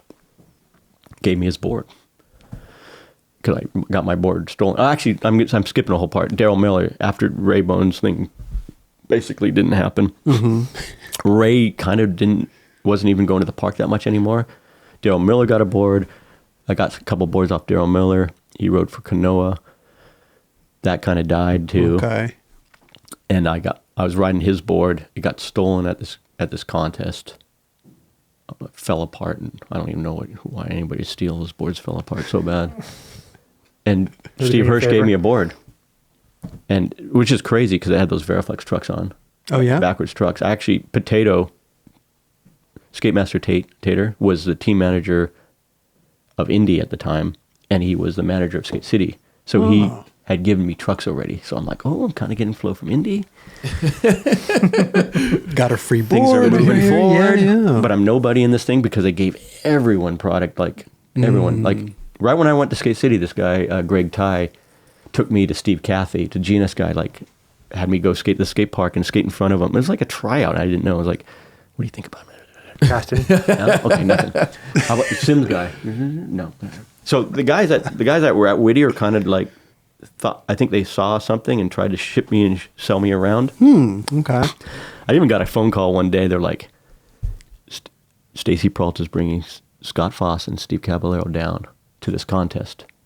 It was right after they had just came on the scene and got known from winning this contest. They're going to come down. They're going to come through Skate City. Come down. Now's your chance to be seen. I met Stacy before. Or Okay. whatever. I don't know if he knows who I am or anything at this point. Gotcha. But I think I know him because I've talked to him at Montebello and blah, blah.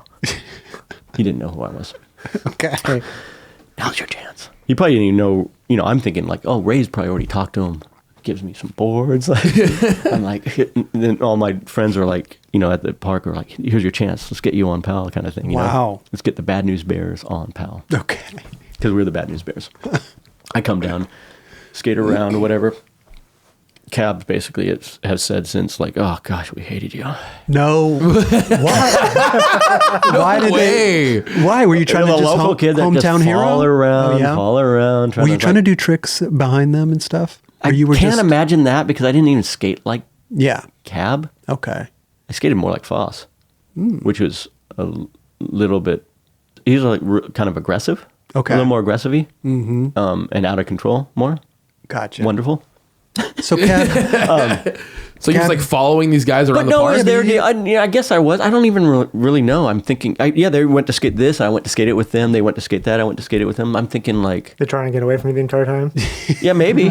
I don't even know that. I'm not in their position or Sure. even thinking about their position. I'm thinking that Ray's given me product And the guys that work at Whittier that have been shopping me around told me to come down, and this is your chance. Right. Which, you know, it just exposes how, like, until you're in, you're in. That's right. Until you're in, you're not in. You know. I mean, look at it. Even Cap said that he hated you at first. I don't know if hate's the right word. But, Okay. You know, I said hated. I think You it is did. hated. But, No, he just like, oh god. Ask him. I've heard him say it before. I didn't even know he knew I was there, to be honest. maybe you were. Because I wasn't like ever thinking, I want Cab to see me skate. Because Stacy's making the decision. He's a dude. Yeah. Turns out our friend and local kid that wrote all the brand new Powell stuff Stacy ended up flowing him stuff. Instead of you. Yeah. And we were my friends were more jealous than me. They were like, it was funny. It was really cool. So what did you do? Did you Nothing. Because you eventually got on Variflex, I was just right? like, what? I was just like, I did that, skated there, and just went back home and sat by the phone. Just Waiting for the call to come in. Never came. I'm just joking. I actually might have known that they didn't even pay it. I knew by them talking and hanging out and giving this other kid boards that there was no interest. There was no interest. Right. There was no interest. Yeah. And so I think I kind of went along like, oh yeah, that's cool. I just skate. But at that point, you're already like, that's when the bug is like, when you said, why didn't you take that first offer? Yeah. I probably was like, why didn't I take that first offer? Right. Exactly. Because now you're going like, oh, well, yeah, we're just doing this for fun. Like, but my boards are garbage. I got nothing. I'm riding You need boards. with no nose. Like, I mean, we'd ride boards for a year back then, too. Oh, yeah. Mm-hmm. It was totally different. Right. Full year. And that's when you knew if someone sponsored. Because, like, I mean, we'd ride wheels for trucks. I rode the same trucks. I had 3 pairs of trucks before I got basically sponsored.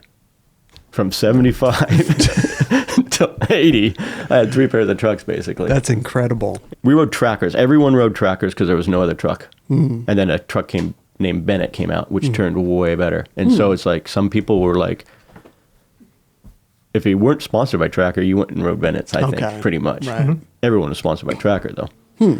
And Bennett's broke. The base plates broke all the time. So you'd get you get another base plate and put it on ACS base plate or Excalibur. And instantly, that's what Indy made. They made a Bennett. Olson and Blackheart basically, I think, told Fausto, make a Bennett This is what- round. Because it's the same truck. Huh. Except it didn't have a plastic base plate and it was round, but it was the same turning. and Oh, these everything. had plastic base plates. And they'd break, yeah. And so I skated Lakewood and Bobby Valdez, Daryl Miller, Powerflex guys. Even though I only saw Olson at Lakewood once, even though he was there every day, supposedly. I wasn't there very much. It was Indy territory. I was going to ride Indies. So I was trying to get to the point that I was riding Indies, and then I had to ride Variflex trucks the next day in a contest. Jeez. Oh, Which, damn. that's how rad it is when you're young. It was fine. Right. Put together a whole... I didn't know. Yeah. And they're like, hey, will you ride for Variflex the next contest? And I was Was it the same guy that you turned down before or different? No, because George Orton ended up riding for Santa Cruz. Okay. Oh, that's where you're Yeah, right. so it was Steve Hirsch basically pointed me out to, Gil Losey, which was Alan Losey's dad, was actually the guy that ran the team. Oh. So at some point, Gil must have really asked me. But you turned pro pretty quick on Variflex, right? Within like a year or something. Yeah, it was like one season. Once, you had to, it was all contest based. Yeah, so you had to course, prove okay. yourself. So I was nobody, not even known. And I was like, I'm on Variflex. There's a known because you're the skate park kids. yeah. So there's Hester Series 1, Hester Series 2, Gold Cup. There's Okay. basically like 3 different generations. Almost every generation was drastic. That 3-year period is like a 10-year period now, Right. realistically. So we were the AMs at Gold Cup. And first contest, I broke my ribs. Oh, jeez. During the contest. Probably right before it. Wow. But I got 5th at that contest. Okay. It was at Oasis, which is... let me explain it this way, too. A lot of the pools are keyholes, which are basically half pipes. Yeah. Which is funny because I was a half pipe skater. I rode half pipes a lot because I didn't get to go to the skate parks, and I had a half pipe. My friend Enrique had the half pipe. Kind of used it to your advantage a little bit. No, I couldn't ride any of the keyholes that were half pipes. Oh, really? I always did terrible in those contests. I always did better at the upland ones, or any ones that had lines Okay. that you could adapt or change or whatever. And that might have been because I was so used to writing really terrible stuff. I was able to do stuff on terrible walls that people would avoid. But when it came down to just typical, I choked all the time. Choked, huh? So then the second one was a Big O, and I won, which isn't like nobody expected that at all, for sure. Like, how many people are entering these AM contests at the time? It's so funny. It's like you think it's nothing, but there's like 70 dudes. That's incredible. Yeah. There was a weird short period where if I look at the list, and not everyone entered, Okay. but in the Gold Cup, there's like 71 pros, I think, and there's probably, I could be wrong, it might be as low as 40, but between 40 and 70 dudes. I mean, it's a big deal if you win. That's a lot of people to go through. At that time, that's the only way you got sponsored. Right. If you're going to win an event. The guys winning, Cab was winning the pros. Well, Dwayne, that year, Dwayne, Eddie, and Cab were there was great. I'm trying to think who else won a pro one in that one. Mickey Alba was still ripping. Oh, okay. Yeah, Mickey had won the year before, and he was still, he won the Oasis contest. Oh, wow. Dwayne won the second one. Dwayne won the pro, I won the AM. The third one, I'm blowing it. I should know all this stuff. Doesn't matter. But Christian won that one, I believe, at Marina. Okay. That was his local. His stomping grounds, yeah. Which was weird. I didn't have a stomping ground. I won at Big O, which is like, it would have been Bob Serafin's place, the Santa Cruz rider. So even a bigger deal that you won there. And I want to make a point. Billy Ruff won everything at this point. Oh, is he? He was winning He's dominating? everything. He won the overall AM, and then the next year he turned pro and won basically everything. Oh. But John Gibson was incredible. He was another guy that should have been a pro a year before. Like, he came from Arizona and rode pools and he got second that year. And nobody could come from other places and ride this stuff. No one came from outside and rode upland, you know? Huh. And he dominated. He was awesome. Wow. But anyways, blah, blah, blah. That's, Wasn't Gibson from Texas? did I say Arizona? Yeah.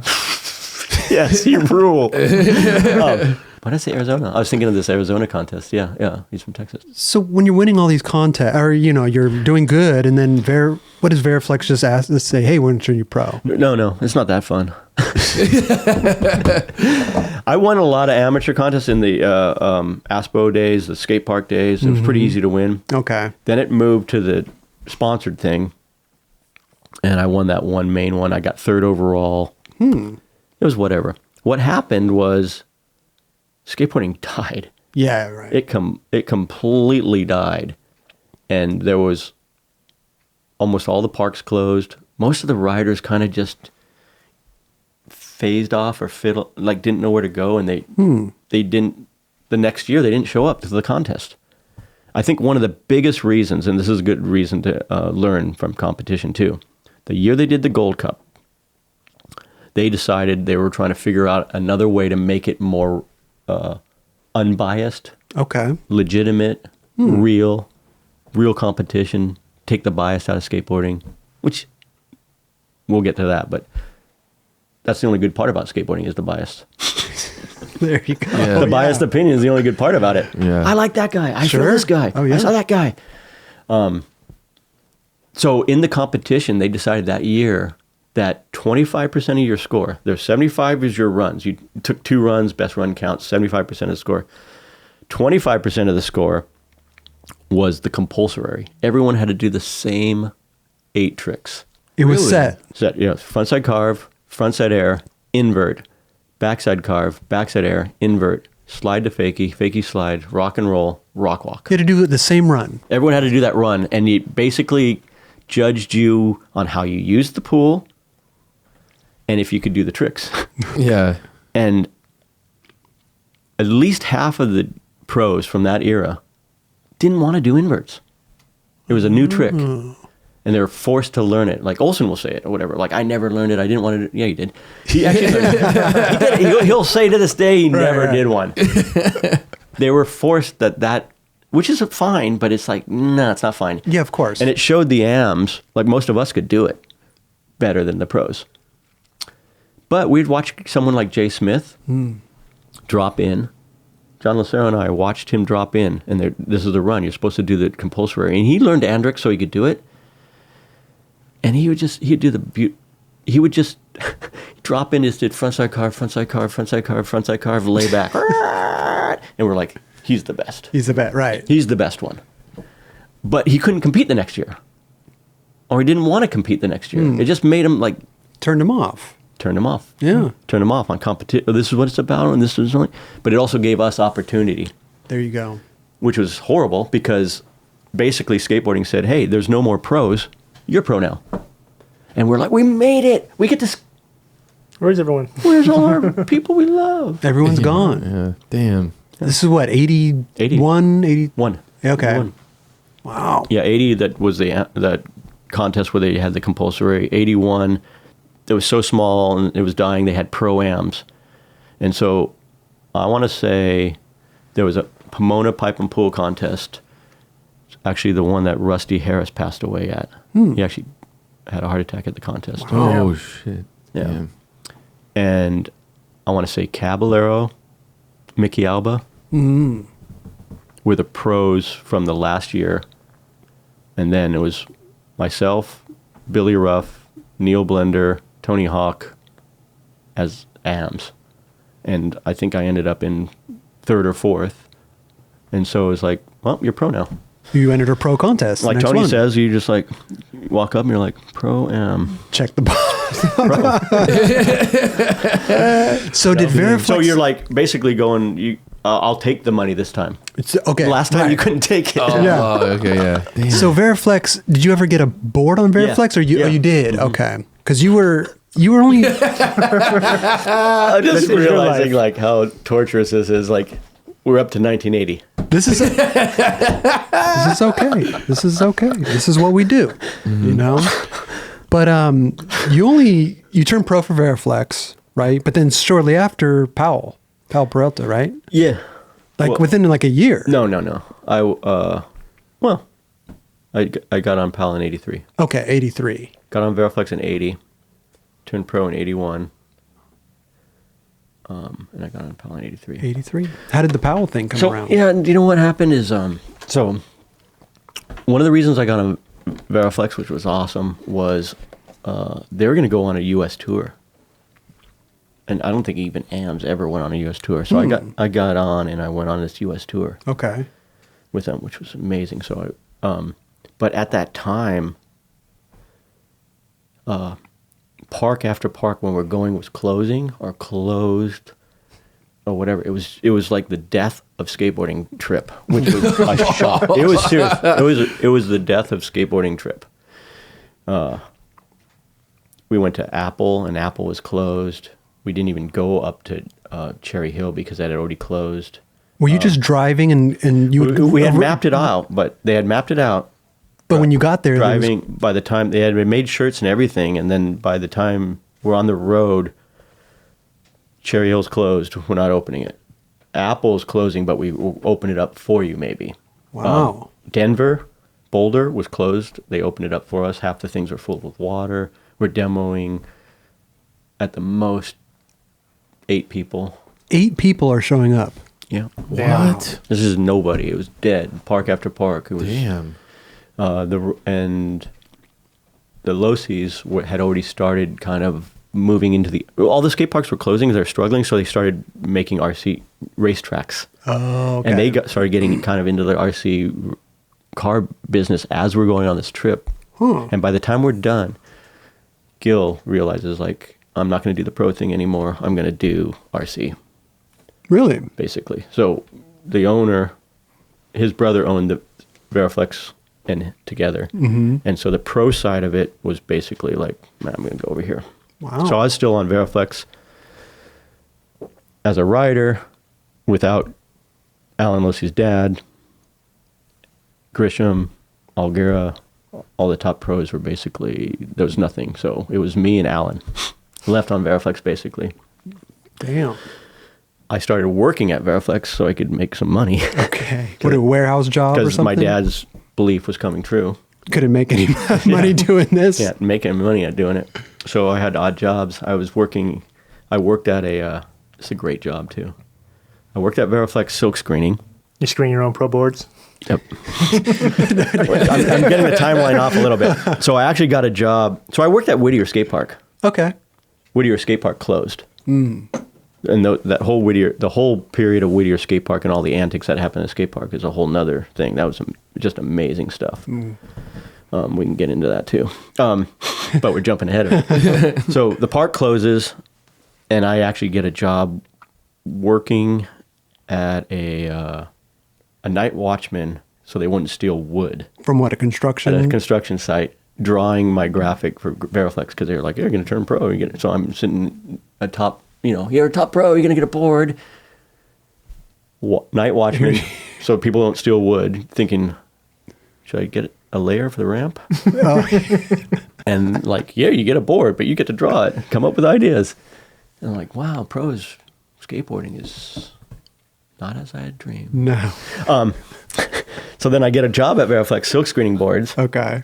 which is amazing because Variflex did the exact same thing Powell was doing. They got all these little, Hobie went out of business and they had thousands and thousands of little boards. Oh. Powell got them and silk screened them as street boards.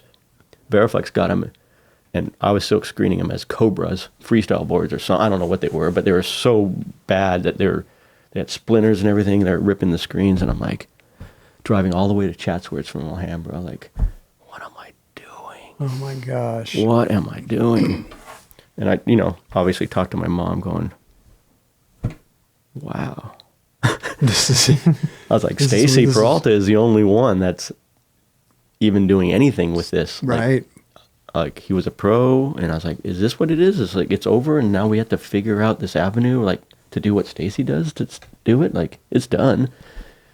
I mean, Tony, we all have the checks to prove it. $14 check. 85 cents. Yeah. Yeah. My low one was a $14 check. But what is $14? Come on. It's horrible.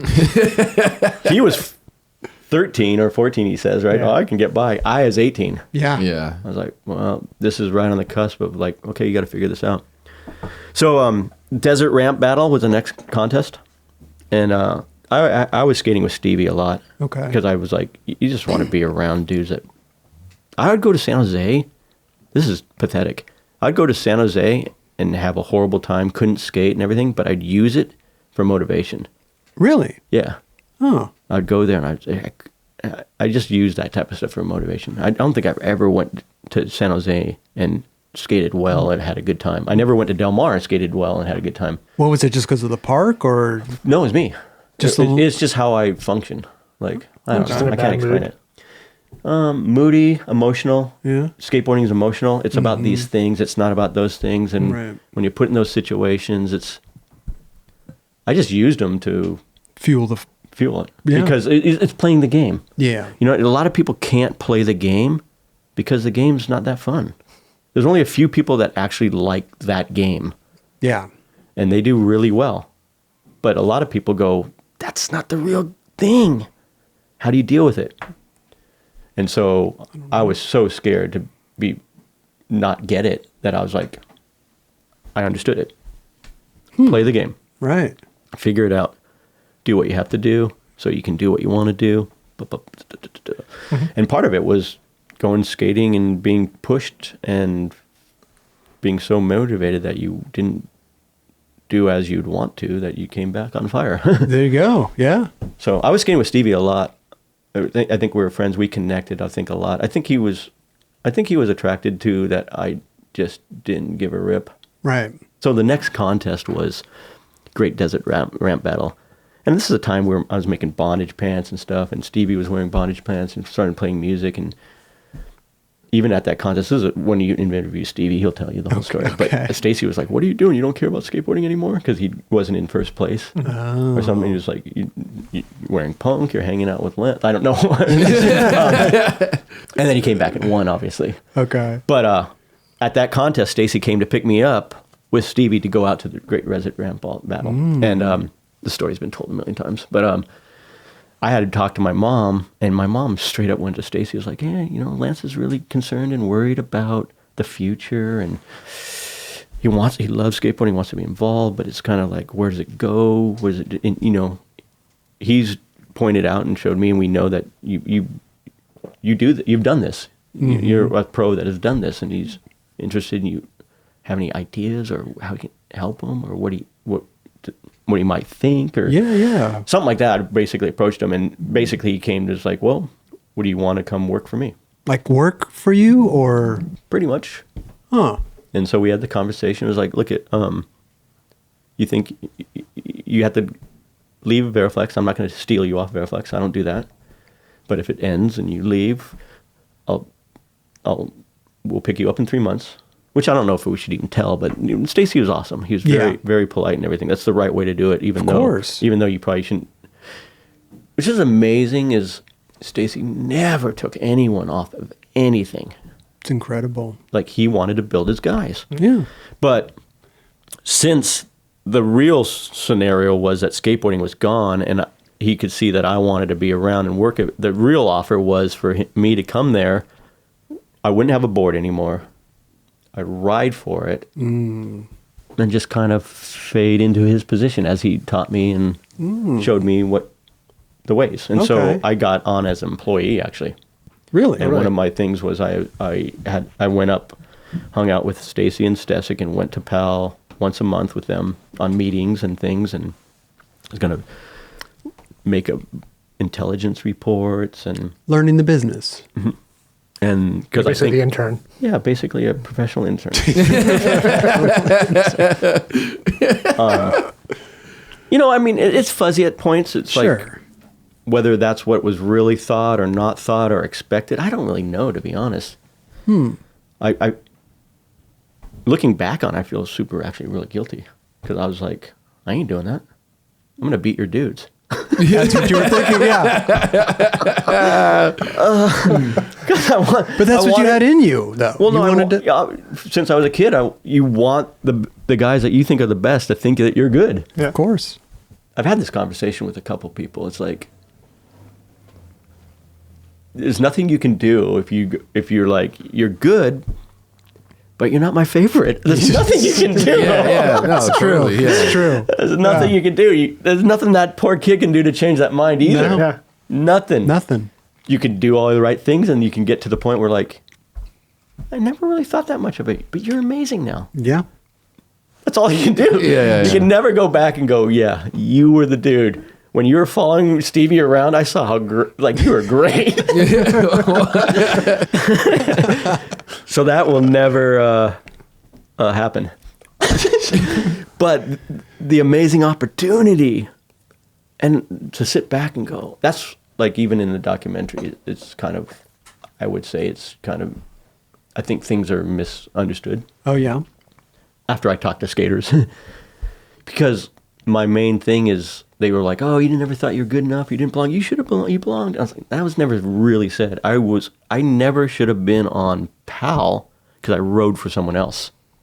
Stacy did not take people from somewhere else. Right. Otherwise, he would have taken Miller. He would have taken Neil. He would have taken Nodis. He would have taken all these people that were in this thing. He doesn't take people off. He builds his own guys. Yeah.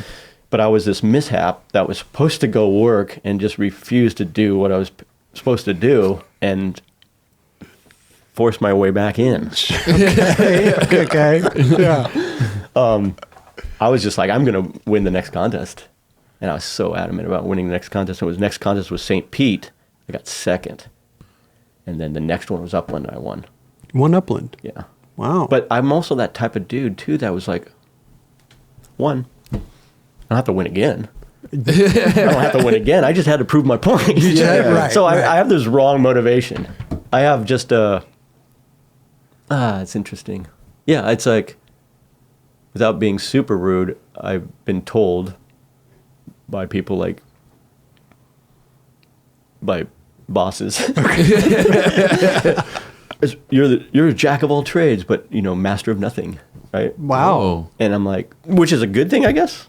Okay. Or, like you said, wow, it's a bad thing, isn't it? I don't know. I mean, I would take it as never like, thought of it. Yeah. I think it's a good thing. Okay. Because I think it means is exactly what I wanted to do. Yeah. I'm good at a lot of things, and I can beat your masters. There you go. If they're masters, they should never be beat by me. Uh-huh. Each and every one of them. But you also proved your point, though, by winning. But it's a defensive, a fearful position, which can be dangerous, and also can be really motivating. See, because I dream a lot, and like I think a lot of people are dreamers. Yeah. And that can be an empty thing because you'll never reach it. Because as soon as you're close, then you dream another one, and then you dream another one, and you never get to go, wow, that was great. Right. And then the things that drive you are different. There's like a different driving thing, and so you get driven by these different things. Yeah. So I don't know why I went from there, but I think I was really just supposed to go work and fade away. How old were you at that point? 18. 18? No. Well, I got on Powell at 18. So Which is, it's late. Yeah, that was late back then? You became an employee there. It's early for an employee. No, I wasn't gonna see. It's like, I think Neil Blender and Jeff Grosso. Or not, Grosso's maybe a little young, but Grosso. I'll say Grosso. But like our clique, Neil for sure, because we were contemporaries. Like I think, like what Neil was doing at his stage as an amateur was incredible. It was obviously different. But I also think he thinks like what I was doing at that point was one of my highlights. But if you're not on the right thing or no one really is there, you're not in the right place and it's not getting documented, no one cares, like it doesn't really matter. It doesn't matter. And that's one thing when I got on PAL, I have Stacy behind me saying, this kid matters now. Right. But truthfully, I was that kid that would do certain things and then see pros do it later in an ad and going, I already did that. Yeah. You know what I mean? I think that happens a lot or whatever. Sure. But it don't matter until it's presented by the right people in the right place and the thing. There you go. And not that Variflex wasn't the right place. It had its time, and it was incredible. It's not the Variflex that people know of as Variflex. That's what it became. When Gil left, that cutting-edge pro team left, and it became a toy store company. Yep. But they had Eddie Ogura, which is Tony Hawk's and Steve Caballero's architect. That's the guy they copied. Had Eric Grisham, which was the gnarliest dude. Steve Hirsch and them always won every doubles. Patty Hoffman won every girls contest. They had Mike Hirsch and they had Siegfried. They had other AMs and everything. And they had George Jordan at the beginning. It was plan B, basically. Right. It was basically plan B when... Sorry. It's H Street. Oh, H Street. It's more of H Street. Okay. It's kind of like that. It's more like that. It was like moving it forward. Was it like Flip? Or is it like Girl? I'm just kidding. It's like, No, it's not like Girl. No, it's not like Girl because it was the brand that the people loved it and knew it, but there was a definite group of people against it. There was a group of people against it, and Santa Cruz and Indy were flying the flag against it pretty hard. Really? Against Variflex? Yeah. Oh, yeah. Oh, wow. The last contest, they were spitting on Eddie. They're spitting on Eddie Ogura. Why, though? Their version is that this was robotic skating. No style. Robots, mechanical, blah, blah, whatever. Yeah. Our version is that we're style, punk, feeling. I think a lot of the rivalry really came from the trucks. Because Variflex had their own truck. Oh. And Salvo always says, like, oh, we liked you because you rode Indies. And I was like, I did. You didn't ride them when you were on Variflex? No, I didn't. Our boards came complete, basically. Yeah. And so there's a bit of that. There's a bit of... And that's what I'm saying. I was in there going, like, Dwayne dug me.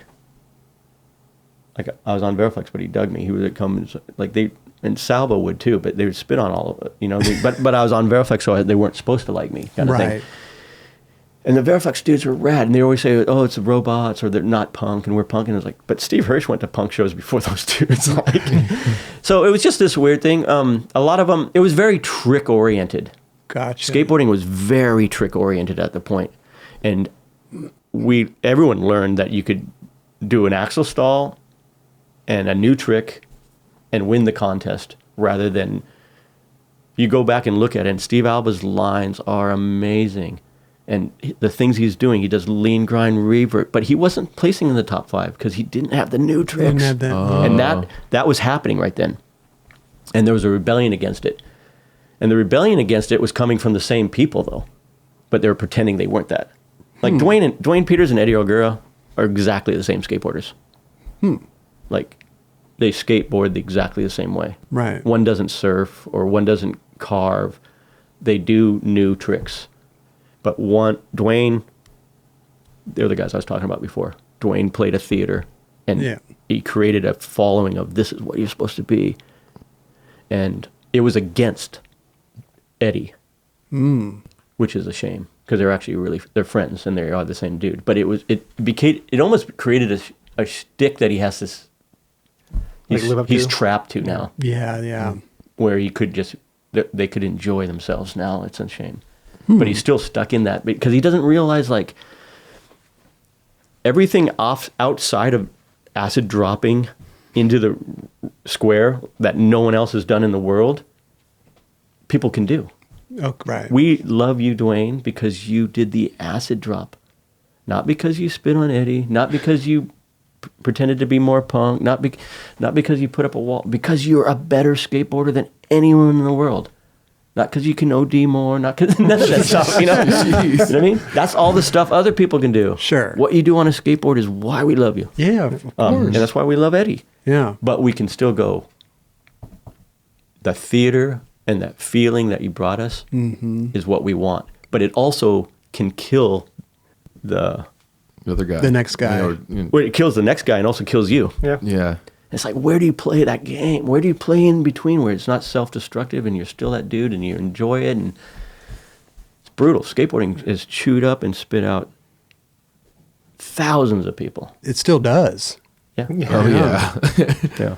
And way more, and a lot better skaters than me have been chewed up and spit out so quickly. Well, it's the attitude that you have for sure, too. Like, whether you want burning bridges, like...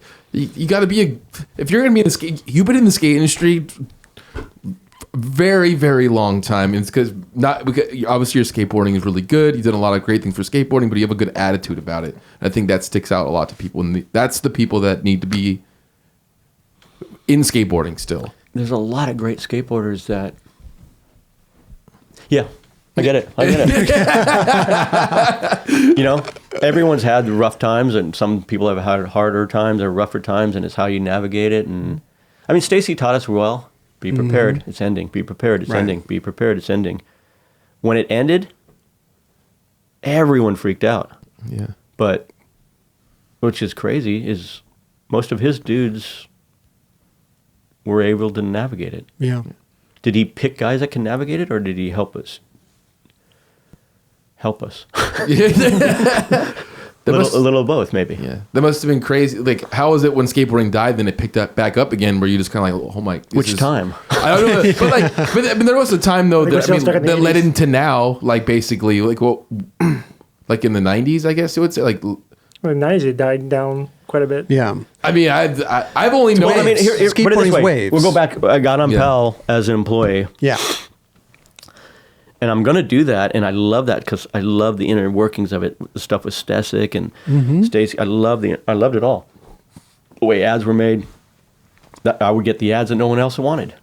Crazy, weird ads that Craig wanted to do. I was like, I want to do that. Yeah, sure. Everyone's like, I don't want to do that. I'm like, give me that. And the other time I'm like, but. Was it the other I'll side? I was like, what? The I'll do it attitude. What they called it? Mikey. Yeah. Mikey will do it. Yeah. No, I don't think it's. maybe it was that desperate, I'll do it attitude. And maybe everyone thought I was desperate, but I think I got it. Mm-hmm. I liked it. I liked those things. I loved that my head was on a naked Ken doll. It was amazing. Totally amazing. I don't know if anyone else really wanted that. Right. But I'd also, when we came to the film, well, that's separate. That's a little bit after. So I got that to be, I was going to just fade over there, work over there. Stacy had no idea what the industry's doing. No. I got on Powell making $200 a month, which was a lot better than $14 and $50 a month. Sure. I got married making $200 a month. Oh, wow. That's crazy. Total Yeah. moron. Where were you living at $200 a month? I was at my parents' house. Oh, you still. lived okay. I was still at my parents' house. Oh, gotcha. Yeah. Okay. So I'm on Powell, get $200 a month. I don't know how long it is exactly, but they're filming for the first video. Mm-hmm. And Craig and Stacy or whatever, they decided to have me kind of weave the story together. Oh, gotcha. Or whatever. I don't really have a spotlighted part, Mm-hmm. but I have a ramp, so it's like they're gonna come ride my ramp. Like I was a janitor. I was available, or the glue, or whatever. Like, Stacy gave me those opportunities, but I was also like having a side guy that could do those things was probably good for him. Sure. But they were like going to weave me through. Well, anyways, when that video came out, Stacy just basically was like, "Hey, everyone's asking for your board. Would you consider having a board again?" Wow. And I'm like, "Yeah, of course." I mean, I was like, "Yeah, of course I wanted that." He always asked me like, "As like I thought you didn't want a board, and we decided not to have a board. Would you want to?" He always asked me that way. I'm like, "Yeah, of course I want a board. That's funny." Yeah. And I got married right then. So I was still making $200 a month, but the board came out and it just bounced up to $2,000. Wow. Right away. Yeah, it went straight to $2,000 for having a board. Wow. Like it boomed. It everything clicked right then. I think sales and everything started picking up and Okay. stuff happened. The video was a hit. Yeah, I mean, having a video changed. It was a big thing in skateboarding. Yeah. Mm-hmm. And I got to be like this thing that tied it together. So realistically, I got to be the model that you can make it in a video rather than contests, which I thought was crazy because I won enough contests, I thought. But if you don't win all of them, I guess it doesn't matter. I don't know. Yeah, it's weird, right? It's like, isn't one ramp contest good enough? Isn't one air contest good enough? Like, that's how I was. One pool contest. like I got a trophy. One street contest. I run one contest and everything, like one thing that is needed, but I'm like, I guess I didn't put the time in to. You got enough points in the snake run. I just, yeah. Yeah. I don't know. I'm just get by guy. So yeah, it was amazing. Like, Well, going from 200 to $2,000 overnight is life-changing. Yeah, it's life changing. Yeah. You know, yeah, it was it's like, well, oh, we can do this. yeah, We can do this. Right. It all felt like we almost gonna make it. We're gonna make it. Oh, I got on. Like when I got on Pal, John and those dudes were like, they were like, one of us got on that team. there you know what I go. mean? Like Sick. one of us got on, like, yeah, it was cool. It was like the dirt bag that came, like the dirt bag got on Pal, Sure. and I was like riding a Sword and Skull, not a Ray Bones Rodriguez, That's right. which is like, I'm still like, wow. I should have been riding a Ray Bones Rodriguez board, but it said it was Sword and Pal by that time. But I mean, you know, That's why I went straight to the Vato, like yeah. the Vato board, the one that Craig did, the Vato wrap. Hmm. But yeah, I was yeah, I got to. I mean, those you put it alongside. Stacy was really good at putting people alongside each other.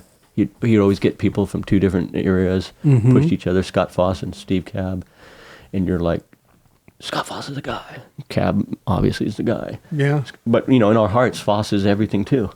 But that's not known in history as much. And then, like, so he put people in areas. And from my area, there was Teddy Bennett and David Z. David Z was an amazing skater. Huh. Those are the guys that were AMs when I was wanted to be AM. Okay, gotcha. So I got on, and then you're with Cab and McGill, Tony. Dream come true? We just didn't want the dream to end. That was the dream. Right. The dream come true was that we get to do it tomorrow. That's the dream, and it's still the dream. Yeah. So it's not like I can't even think today like, oh, I would love to be this or that or do this or win that. It's like I just want to do it tomorrow. Yeah, yeah. That's really all we want. So that was like, oh, this dream, yes, I don't have to worry about tomorrow. This is going to last a while. Yeah. That's what I think, kind of. Okay, right. But it's also, like I was trying to say, it also became very quickly this era where it was working. Mm-hmm. And it wasn't really what you wanted. You didn't want to, here's this opportunity to wear this and make that. Here's this opportunity to do this and get that. And it's like, we just kind of really wanted to skateboard. Right. Where we wanted, when we wanted, with who we wanted, and make money. Sure, yeah. And it don't work that way. Yeah. It's like, yes, you get to go to, Italy and ride a mini ramp where they expect you to do a 540 in see-through pants. Or whatever. Like, Tony and I went, this is an amazing story. But you had to do it because it was $500. We got to do it. You got to. We went, Tony Hawk and I went to Italy to do a TV show with 4 hacky sackers. No, sorry. 4 roller skaters. 2 hacky sackers and a chainsaw juggler. What chainsaw juggler? To do a TV show. It's a hell of a variety show. It was a sick. Yeah. It was one of the best trips because it was so bad. It was so gnarly and crazy. And we get there, and there was a half pipe on stage made out of 1 sheet of thin birch with a 2x4 across the top. Did Tony tell you the story? No. Oh. It's amazing. And Tony is awesome. Tony's the best human possibly. It's like, because I'm just like instigator, grumbly, like whatever. And he feels the same, but he's not like whatever. He just looks at it like. Okay. But obviously Tony's going to go do it because he's good at it. pro. Yeah. So they take us into this back room to get our costumes. Oh. And I see right away what's going on before Tony. And I went straight for the see-through blue pants. And he had the see-through yellow pants.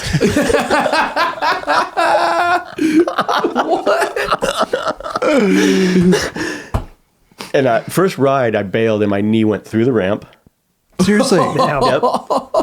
And, Is this in front of a live audience, or is it are they filming it it's for going to television? be in front of a live audience the next day, but there was practice. test day. Gotcha. Stage is full of mirrors. I don't know if it was Tony or me. It makes more sense it was Tony. I mean, me. Okay. Board shoots off, breaks one of the mirrors, and they're just like, nope, done. So I don't think we even did the show. They cut you. I think so. You still get paid. Yeah. Did you keep the pants? I wish I kept those pants. I mean, are we talking about completely see-through? Like, could you, like, if you weren't wearing underwear? Yeah. Yeah. I don't know. Ask Tony. Okay. I'm just, I mean, the yellow would be easier to see through, I think. But That's why I chose the blue. Yeah, exactly. Oh my gosh. And I think I might have had underwear. I don't think Tony did. No. But I think he got him to give him a pair or something. I don't know. Was you it got to ask him. Was the chainsaw juggler wearing see-through pants too? No, they had a different outfit. They had different outfits. They gave the skateboarders see-through shorts. How did you hook this up? Who's your agent? Yeah. We were on the Powell videos. Oh, that they wanted you guys. Yeah. With Tony Hawk. Will anybody else go? I'll do it. No, I don't know. Just that kind of stuff. You know, you're like, they're great experiences. Yeah, of course. But they're also like, is this what we started this for? Like, what are we doing? But then again, they're great. They're great experiences. Some of the worst experiences to me, I love them. Yeah. They're just, I mean, some people are like that, some aren't. They're just like, oh. It's a great story to tell later. Yeah, it's just like, and I could be the one that like constantly that's like pushing the buttons and making it worse for everybody and everything, and me sitting back going like, I'm fine with it. Yes, And I just good. realized like it's a bad trait I have. It's just like instigator or like just, yeah, it's a bad trait, but I thought it was funny at some point. Well, you're just having fun, right? I mean, It's you're so trying to make miserable that I'm yeah. trying to have fun. Yeah. I mean, you're in Italy wearing blue see-through Oh my gosh. pants. Just all the breaking craziness, mirrors. man. All the craziness. I almost died that trip. I thought a cop was going to shoot me. He pulled a machine gun on me. Really? Most scared I've been in my life. What were you doing? Were you still wearing the pants? Is that right? That's probably why What is he? I know. We were just stuck at our hotel. It was a miserable hotel, and I don't even want to tell the story. We were just stuck at You're this just hotel, goofing off? Millersville Hotel, and it was right in. There's prostitutes all up and down the street in cars, Oh yeah. and the cops would pull by. And we were skating home, and a cop was pulled up, and Tony had a camera, and I was like, "Oh, give me the camera." And I went to shoot it. I shot a photo with Tony's camera, I think, and the flash went off. Oh, they didn't like That that. cop just went. They went down in reverse, almost ran me over, popped out with machine guns, Oh my gosh. pulled the film out and everything. Oh wow. Oh, they. Let me go. You can't take photos of cops? Hang out with prostitutes. With a flash at night, I don't know. it was just bad. I didn't even know the flash was on. Just one of those things. Just I didn't one of think. those, right? But it was scary. I was scared. I bet. I thought he was going to shoot me because they're yelling at you in a language you didn't know, and it was a machine gun. Yeah. Yeah. Yeah. That's terrifying. Yeah. But the Yeah. Powell days must have been incredible. I mean, you guys did what, 8 videos or something? 3. Give or take? No, 3. You did a lot of them. It's like everything else. It ended on this third one. No. Then there was a bunch more that shouldn't have happened. No, but you were part of something Oh yeah, it was great, man. phenomenal. It was 9 years. You know? It seemed a lot. It seems. I mean, it was only 9 years really that was on. That's a long time. Is it? 9 years on a skate company? You know, I mean, a long we come time. from the old school where it's like you're just going to ride for one company. Yeah. Kind of, I guess. Yeah. But even nowadays, you talk. That doesn't happen. I mean, that Cab has been able to basically ride for the same company his whole career. Yeah. That's true, yeah. That's such a blessing. But it's also because he had an avenue. You have to have avenues to do that. Yeah, you of know? course, So- of course.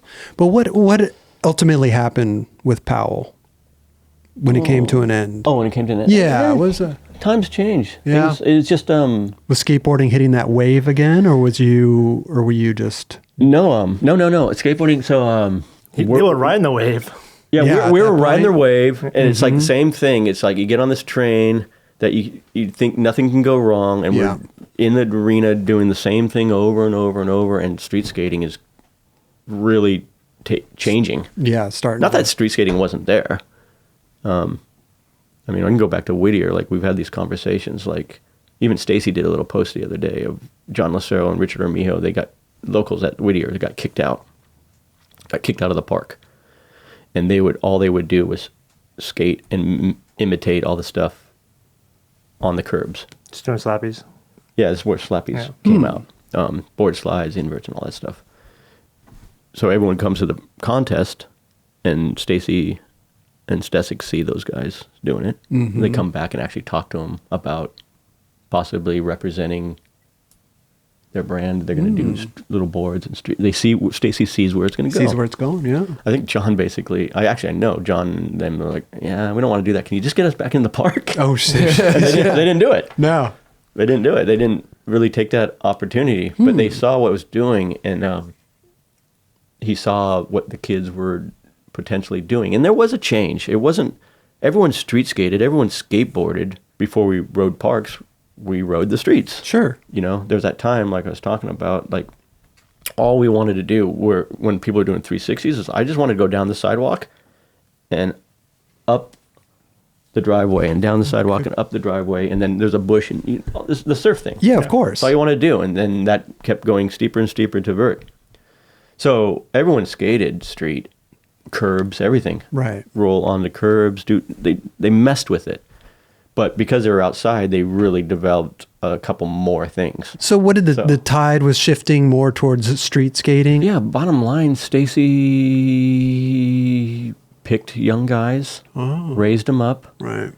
and Steve came along and stole them. Pretty much.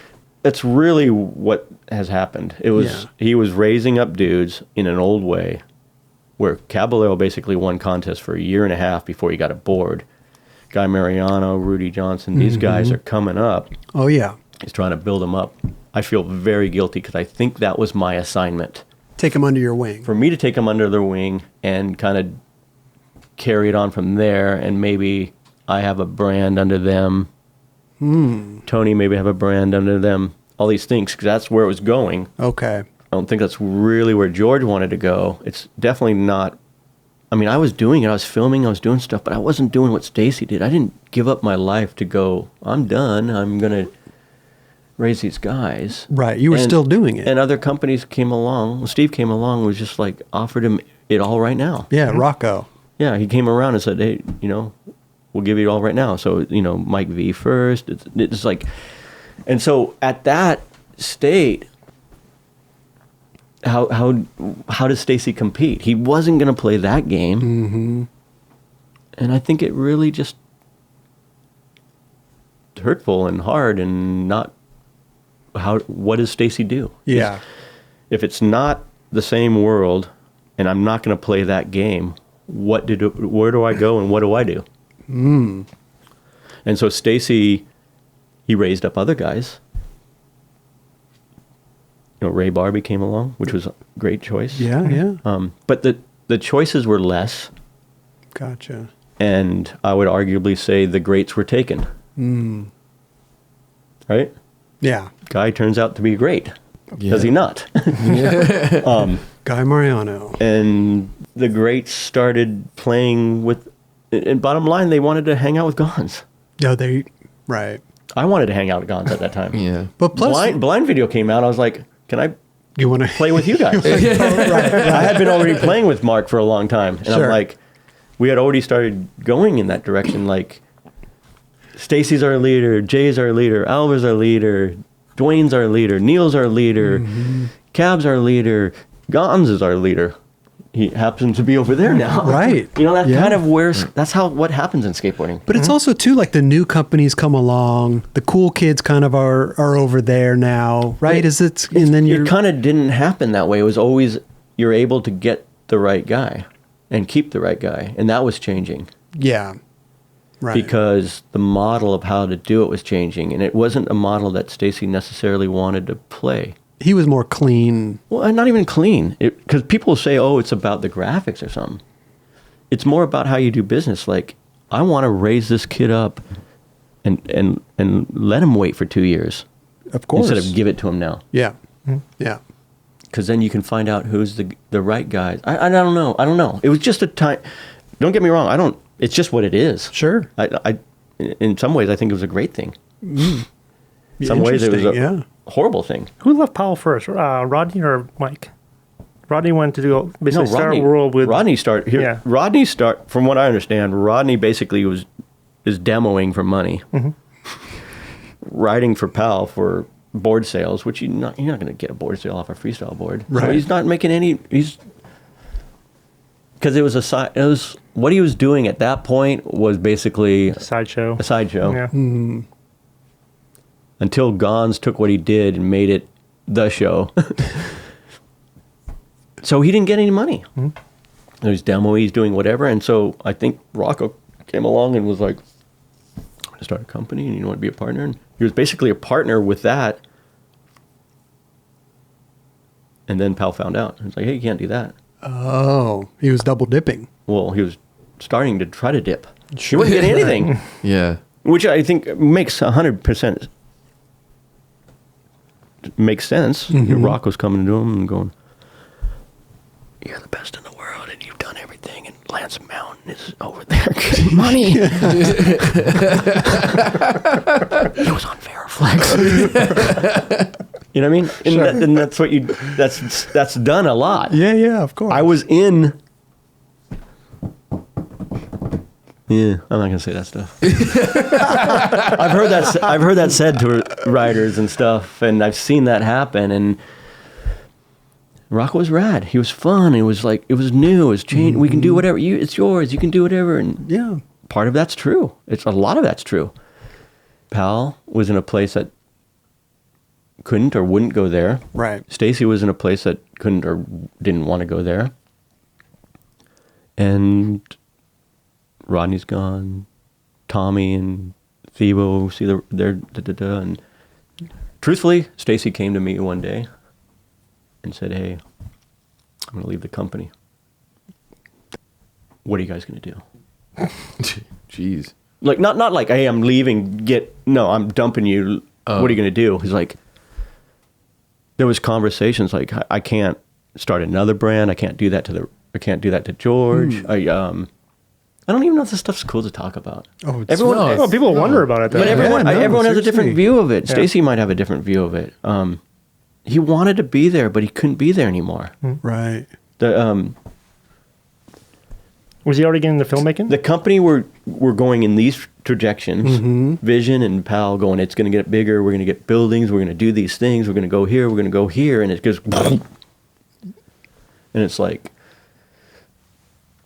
well, we have to like get small again. How do we get small? And it's like, it just wasn't there. And I think George was a little bit more.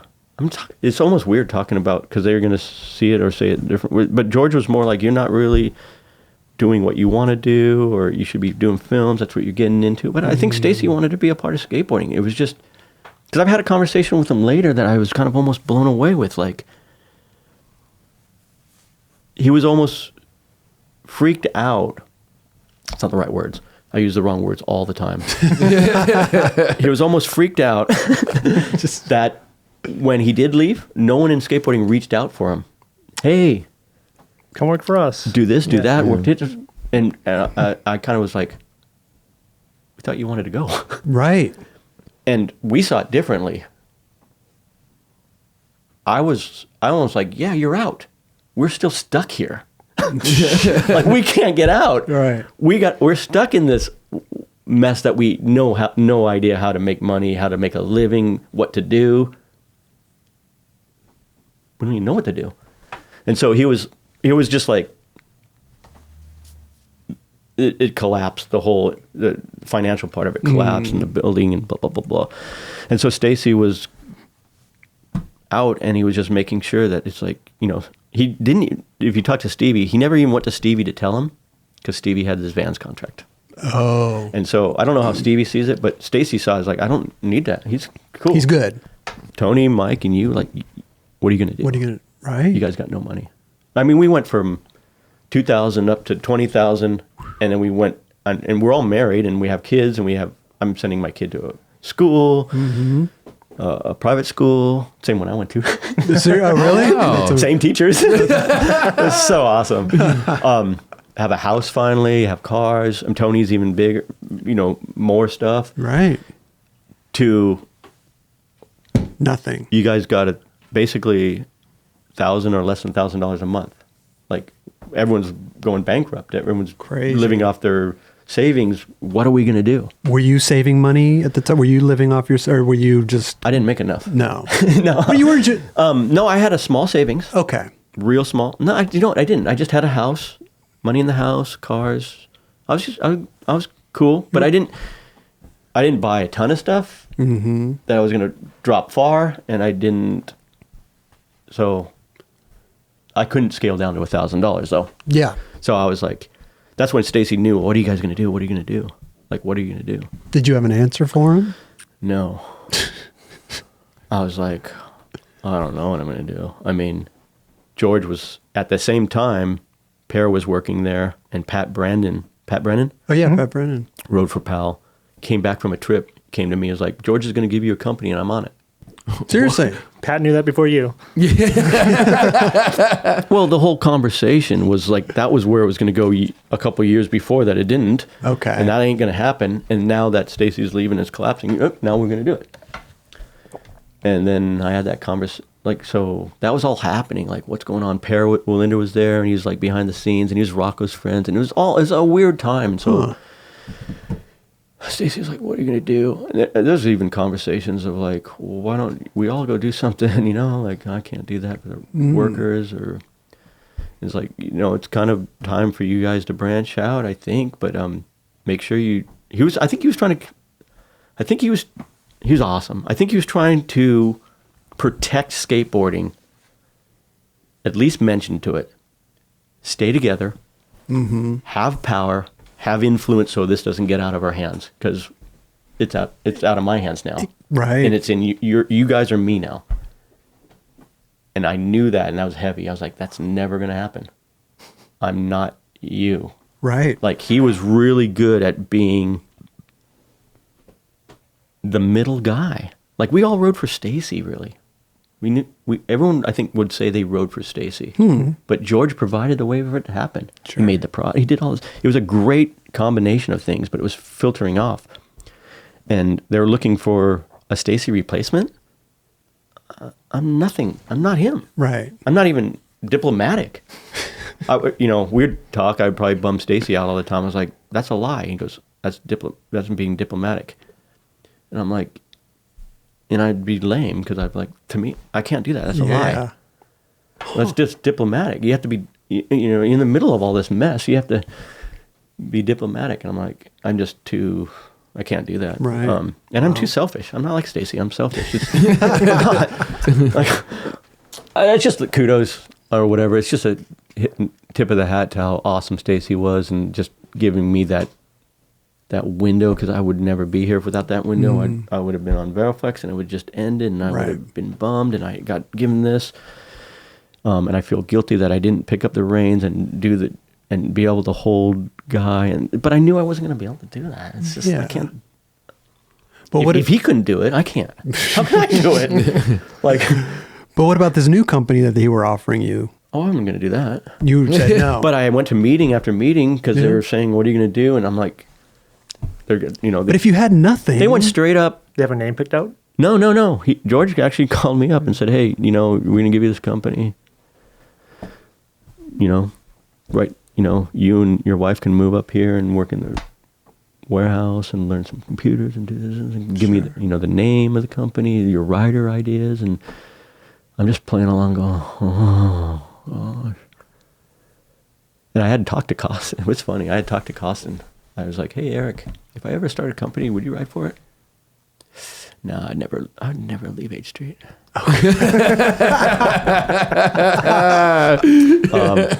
Matt Hensley was on the list. I didn't even bother asking. No, you didn't. And I'm sitting looking at this going, this is what Stacy would do anyways. He wouldn't go cherry pick the other teams. Yeah. Mm-hmm. I don't even want to do any of this. But if you didn't have anything though, weren't you even considering? Of course I'm considering. I have my list. Yeah, okay. I have my list. Okay, you had your list. Right. Colin Ray Barbie, because he was like, I want to be, what are you going to do? Yeah. Can I ride for that team they're going to give you? Or, I was like, maybe, no, do you know, that's really bad to say to Ray. Ray was like, I was probably like, "Ray, would you ride for this team?" But Ray was a possibility. Colin was on the team at the time. Colin K? Yeah. Oh, wow. And it was like, there was murmurings of like, hey, maybe Colin would want to be on it. And maybe, and then I was like, well, Matt Hensley or Costin, Colin, Ray. Maybe I could do something like that. Not a bad squad. Maybe Wade Spire. No, I'm trying to come up with names. I don't know. Yeah. That's that meeting. I don't think I even told George anything. It's like, I was just like in shock going, I'm not going to tell him I'm not going to do it because I don't know what I'm doing. Just deer in headlights. Yeah. Then I get a call from Rocco. Yeah, right. Actually, it might have been through Nadas, because Nadas and I were hanging out a little bit at that point. And I'm like, "Hey, we want to take you on a boat to Catalina." Rocco says this. Yeah. What are you thinking in your head? Are you like, Well, I already know the deal. I already know the deal. Like, all this stuff is like, I swear, I don't know if I swear, but I swear, I think I just make up all this stuff in my head. This never happened. None of this happened. So you're on the boat to Catalina. Mark Gonzalez at this point calls me and goes like, "I'm going to leave blind. Why don't you take over the team?" Oh, really? And I'm like, that's a possibility. This is a possibility. Dude, I don't know what to do. So going to Catalina. Yeah. Rodney, Per Willander, Nadas, and Rocco are there. I'm like, okay, what did I just step into? Yeah. I thought Per worked for Powell. Wow. And so we went and played the whole time, and I'm like, we just played, surfed. Anyone that's ridden for World knows the gig. Like, come play with the toys. Little vacation. See how much better it is here. Yeah. We'll talk later. Right. I guess. So anyways, I end up at Rocco's, and I don't know if Per is even there anymore. I don't think Nadas is there anymore. Just Rocco and Rodney. And they're like, "So what are you going to do?" What do you mean? We know everyone's leaving Powell, you're going to get a company. It's like, why don't you bring the company here? I was like, I can hear it right now. I remember him saying, like, if you don't, we'll just take the guys anyway. We were going to take Colin anyways. Eric's not going to ride for you. He's going to ride for 101. We'll just take Ray. It's amazing. Hensley would never ride for you anyways. Oh my God. Or something. I'm like, did I mention that to George? Maybe I did mention that to George. Did Pear tell him? Like, Right. What is I was going like, on? I saw your list. That's kind of something. I was like, I don't even know. He's like, he basically said, why don't you come do something here? Like, you're basically the last one that we want to. We've gotten everybody else. Right. And then it turned into the conversation of where my heart really was. I was just like, I want to be with the best. I want to be around the best. I want to have influence with the best. And I want to keep doing what I love doing. Exactly. But I don't know how to do it here. I really don't know how I personally can do it here. Like, Didn't feel right. you got everybody. I want to, but in the position, the Stacy position, not as a rider, as in some sort of control. I'll straight out say it. I know you got like hookers and prostitutes for 13-year-old kids to get them off other teams. Right. Damn. And everything's a go. There's no right or wrong. It's just, and then I think the conversation of like, we don't like drugs. And I was like, I understand. Like, I'm not saying you guys are bad people. It's not your belief system. I have a belief system or a place in my life where I can or can't go or don't even want to. Sure. And then I had quite a long conversation with Rodney about, I love Rodney. I love Rodney. I do. Yeah. I don't know him that well, but at this point, it was like a crazy time. We had a long, real intellectual discussion of how there is no right and wrong, and there's relative and all this stuff. And I got to the point, it's like, I don't even know what you're talking about. Like, and he was I think he was kind of like, you're playing games with me, and what do you know? And I'm like, I know there's a right and wrong for me. Sure. And it doesn't mean, and it's like, even if everyone has their limits or their places or whatever, but it's just, I just struggled with it. I was like, I just can't see me being Can't be here. a part of that. And I wanted to so bad. Huh. Well, I knew what it meant. It meant that I didn't have to starve. Sure. And they're like, we don't even want you to do that anyways. We're going to make this brand new magazine. We want you and not us to do it. That's what we want you to do. Seriously. Yes. And it was like, the offer really, I think, ultimately wasn't having the brand there. Wasn't doing the blind thing, because that came up and he was like, oh, no, Mark's gone. That's mine. I'm taking care of that. It was basically, you could have like an alternative brand here that, like, you can be the good brand in here. Oh, no, you know what? That probably won't even work anyways. The conversation was like, we're going to start this magazine. We think you and not us can do it. Could you imagine the Lance? What are you going to be? The editor of Big Brother? Yeah. So I'm still freaked out, confused, going, what is going on? Having dreams, wondering, like, praying, like talking to the Lord, like, what is going on? What's a time frame? Having arguments with the Lord. What is wrong? I bet. They're great prayers. But I mean, like, what's a time frame? Well, how long is this going on for? It feels like years, but from the point I knew I had to do something to when I got boards was 6 months. I was 6 months without money. 6 months. Okay. But the period from here to there was probably 2 months. Oh. Because it probably takes about 3 months to get boards. I can't remember exactly. Okay. Maybe it was quicker then. I don't even know. It's such a blur. How long were you battling with if you should do it or not do it? Or one conversation with my wife. that was it? I'll be straight out honest. I had this dream. You're going to trip out. Okay. You're going to go, this guy's a weirdo. I instantly woke up and I had this dream of Jonah. This is a story in the Bible. Oh. Where the Lord asked this guy to go prophesy and tell this nation that is real evil, the Lord loves you, and change, And he was like, I ain't going. I don't want to go there. I hate those people. And if I do, they're going to change, and I don't even want them to change. That was kind of the conversation Jonah had with God. Okay. And he split the other way and got swallowed by a giant fish. Oh. Or probably a grouper or a shark fish or whatever, a whale or whatever they can call a whale, and spit up and got A grouper. it's massive, whatever. Whale spits him up on Nineveh, and he goes and does it, and he's mad and he's frustrated, and he's whatever. He talks to him. The nation repents and changes and it's good, and then years later it goes back. I had that dream about this story in the Bible. Really? I was doing what I'm doing now, and my wife was like, "Oh, you can't do that. You'll never be happy." Like, I love his cars. I would love you to do it. We'd have money. Sure. She's driven around in his Ferraris before. Like, Right. she's like, you can't do it. No. You just can't. You know you can't do it. Yeah. So just put it out of your mind and just bury it. It's one of those interesting things in life, and Crazy. you're not able to do it. So I was like, wow, okay, can't do that, don't want to do that.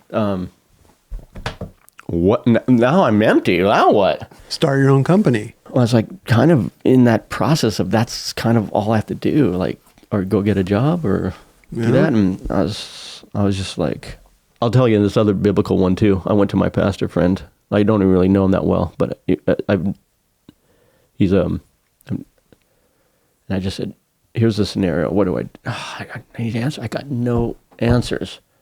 I believe in the Lord. I believe this stuff. I don't got answers. Here's how the industry works. It's not possible to do that. It's like, you have to go with Rocco. You're like explaining You to have him. to. Yeah. There was no other way. Like, you can't do your own company. I don't want to do my own company. Okay. What should I do in this scenario? And he leaves the room and he comes back and he has 4 boxes this big of the tapes. And they're just tapes at that time of the Bible, commentary on the Bible. Didn't even say he just gave you the... Here's your answer. Yeah. I knew what he was saying. I knew whatever. It's like, the Lord has the answers. Just spend time with the Lord. Like, that's who you are.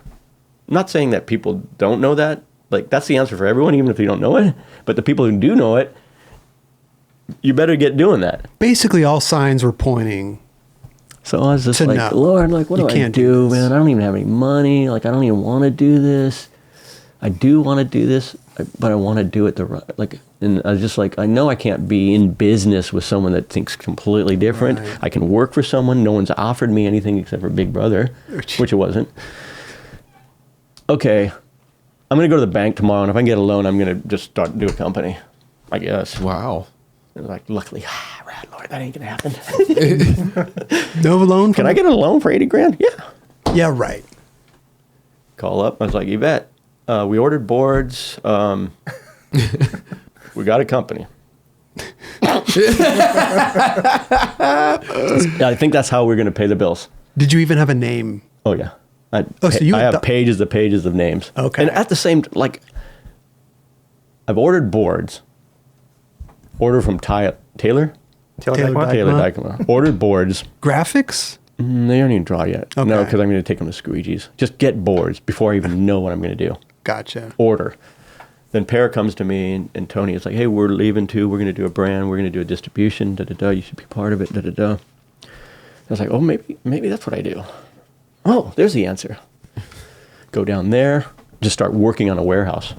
Like putting walls up with Frank Hawk. Like, Yeah? Building birdhouse. came home and I was like, I ain't doing that. No. After I already said I would. Why? I was like, no, I'm not doing that. Why? I was just in business with some, like, I would be in business again with someone that doesn't believe the same way as me, but can't do it as good as Rocco. You know what I mean? Like, why are you doing this to me, God? Like, Right. What are you doing? Like, can't I just skateboard? Is there anyone that wants this guy? No one wants me to skateboard. And for how them. old are you at this point? 91. 91 years old. You know. You're so good. Oh, that was good. Yeah, it's so I good. don't know. It's easier than doing math. I don't know. 64 to 91. 64, 29? 91. Let me get my Or- calculator. I think 29 already. Wait, you said 91? Yeah. So it's 70, and it's it's 27. Skateboarders are... Rodney, where are you? This is where we need Rodney. I know. Sounds like 27. Okay, 27 You know to what? 29. I mean, This conversation with Rodney ruled. It was just defining. And you know what? We've had conversations later that he's like, I don't think he thinks that way anymore. No, it's which is rad. I'm 27. Wow. It's kind of crazy to think about, though. What, young or old? It's young. young. Oh, I thought you meant you're that old and you're still skating. No, No. Oh, no, I thought that, like, oh, man. I remember we were at 18. I was still on I was on Variflex, skating with Neil.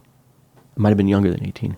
It was when the Gold Cup, whatever. And we just looked at each other and we're like, man, that was fun, huh? It's over. We're old. It's over.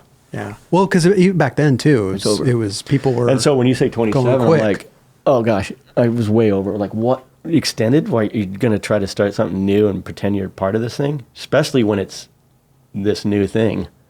I mean, I love Mike V. Mike V's awesome. Like, I possibly think I actually the one that got him on Powell. Pretty sure. Oh. Neil pointed him out to me one day where we're at Virginia Beach, and he had a destroyed board. I don't know if it was mine or not, but I just had mine in the trunk. I was like, here you go. New board.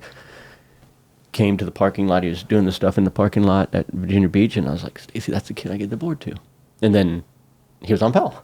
There you go. And because I was that Stacy guy, it was like Mike came out to California, and I was going to take him street skating and show him spots. And Stacy was filming still, but I was being the middle. And Mike V was like, "Can't skate with Lance. He's no good. I want to ride for Mike. I want to ride with Mark Gonzalez." Yeah. Yeah. Right. Totally. Wow. Totally. Which is true. I mean, I want like it's true. Like, what if? Yeah, just think about it. It's totally true. I want to skate with Lance Mountain. No, you gotta no. It was I know what you're saying. I know what you're saying for sure. yeah. You know what I'm saying? No, yeah, it's just, but it's hard for us to imagine that right now. Well, because he's explained it. He's Yeah. explained it very well before. He's like, I wanted to ride for this. I thought this was a thing. I got there. It wasn't that anymore. Wasn't that. We went on a tour. I remember we went on a tour, and he was bright-eyed and ready to go and like loved it. And he was so bummed on us. We're jaded. We're old. We got to the train station. They didn't pick us up, and I probably was being Lance like, I just would go home. It's lame. And he was so bummed, like, oh gosh, you guys were not the guys I thought you were. I love Mike. Mike rules. It was fresh. He was ready to go, and I was like, I came here when I was 13. Sure. I've actually been here that. 15 times. Right. And it wasn't to walk on my hands. It wasn't to walk on my hands. Sure. I'm jump ramping and trying to do street plants right now. Kind of cool, kind of fun. I'd rather be home. I wanted to be in the dog bowl with Alpha. Not that I didn't move and change and want to be, but it's like sometimes it's just, I don't know. Whatever. But we were turds. He was just straight out, like, he's honest. He was like, yeah, you guys are you're not who I thought you were. You're lame. You're not into it. You're not cool. He was so excited to do it. And so you love how I got over there. No, I love it. But now we're going to bring you back Where over were here. we? Where were we? We were talking about the firm. You ordered boards. Yeah, you just ordered boards. You got, and you told your wife that she's going to call people How do we to get sell over them. back there? I love it. It's so I'm so lame. I'm going to go on a couple more tangents. The rules. Fine. Please do. Somehow, Big Brother started. Yeah. First issue comes out. I see how crazy it already is. My boards come in, not just the sample boards. Production boards. I get a call. This is so weird. This is one of the things I was like, I make this stuff up. But I have the paper. Okay. Jason Lee calls me. Jason Lee. He goes, we all want to leave blind. We want to ride for you. wow. And I was like, oh, wow, this is exactly what we always wanted. Was he on your list? I was like, I know it's true. I'll have to ask Jason Lee if he remembers it, because it might not be true. There's a lot of things I think I know that turns out that no one else knows. Nobody else. So I might have brain damage. But I wrote it down. I'm like, because Keith was going to ride for it already. Keith Gruber. But I had this paper, and it's got, Ray, the firm, Jason Lee, Guy Mariano, Rudy Johnson. looks good. I think Tim, I forget the people he said. And I was like, I said, are you sure? Do you know what? If you're serious, come to my house tomorrow. Thought they were recording something for Big Brother. Oh, seriously? That's what I thought. I was like, oh, wow, that's what they're doing. Wait, who told you to come to your house there? I was like, Jason Lee. I was like, if you're serious, come to my house tomorrow. I just got boards. I just got some sample boards to try. Because I was like, that's the best way to deal with it so I don't say stupid stuff. I thought they were basically like calling just to put it all in the magazine. That's what I instantly thought, because the one magazine already came out. I was like, oh, that's what they're saying about Kristen's girlfriend, and that's what they're saying. Whatever they're doing. I don't know. Yeah. I was like, yeah, they're destroying everybody. I was like, since I didn't... You didn't go with them, maybe they're just trying to get back and having fun. Messing with you. Yeah, messing with cool, you. Yeah. Shows up the next day by himself. I'm like, wow. I was like, are you serious? He goes, yeah. I mean, I was like, do the other guys know? Like, I don't even remember that conversation. I don't know if it was just him thinking it or thinking it. I don't even know if he had a real I don't even know at this point. Is this before or after the blind video days? It's after. This is after the... Yeah, Gonzo's already gone.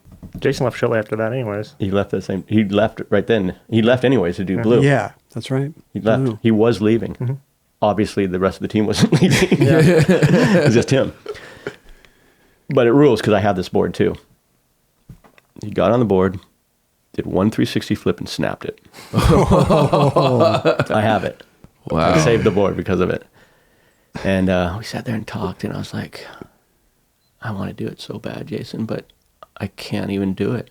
It's like, I'll be honest, you guys you were raised in this fantasy that it's not this way. Like, the things that you think are wrong there and the things that you think about Rocco, is like, he's providing all this stuff. I'm not saying I like what he does, but he's providing all this stuff, and he's provided a false understanding. Like, you couldn't walk into the firm and take 100 boards. Right.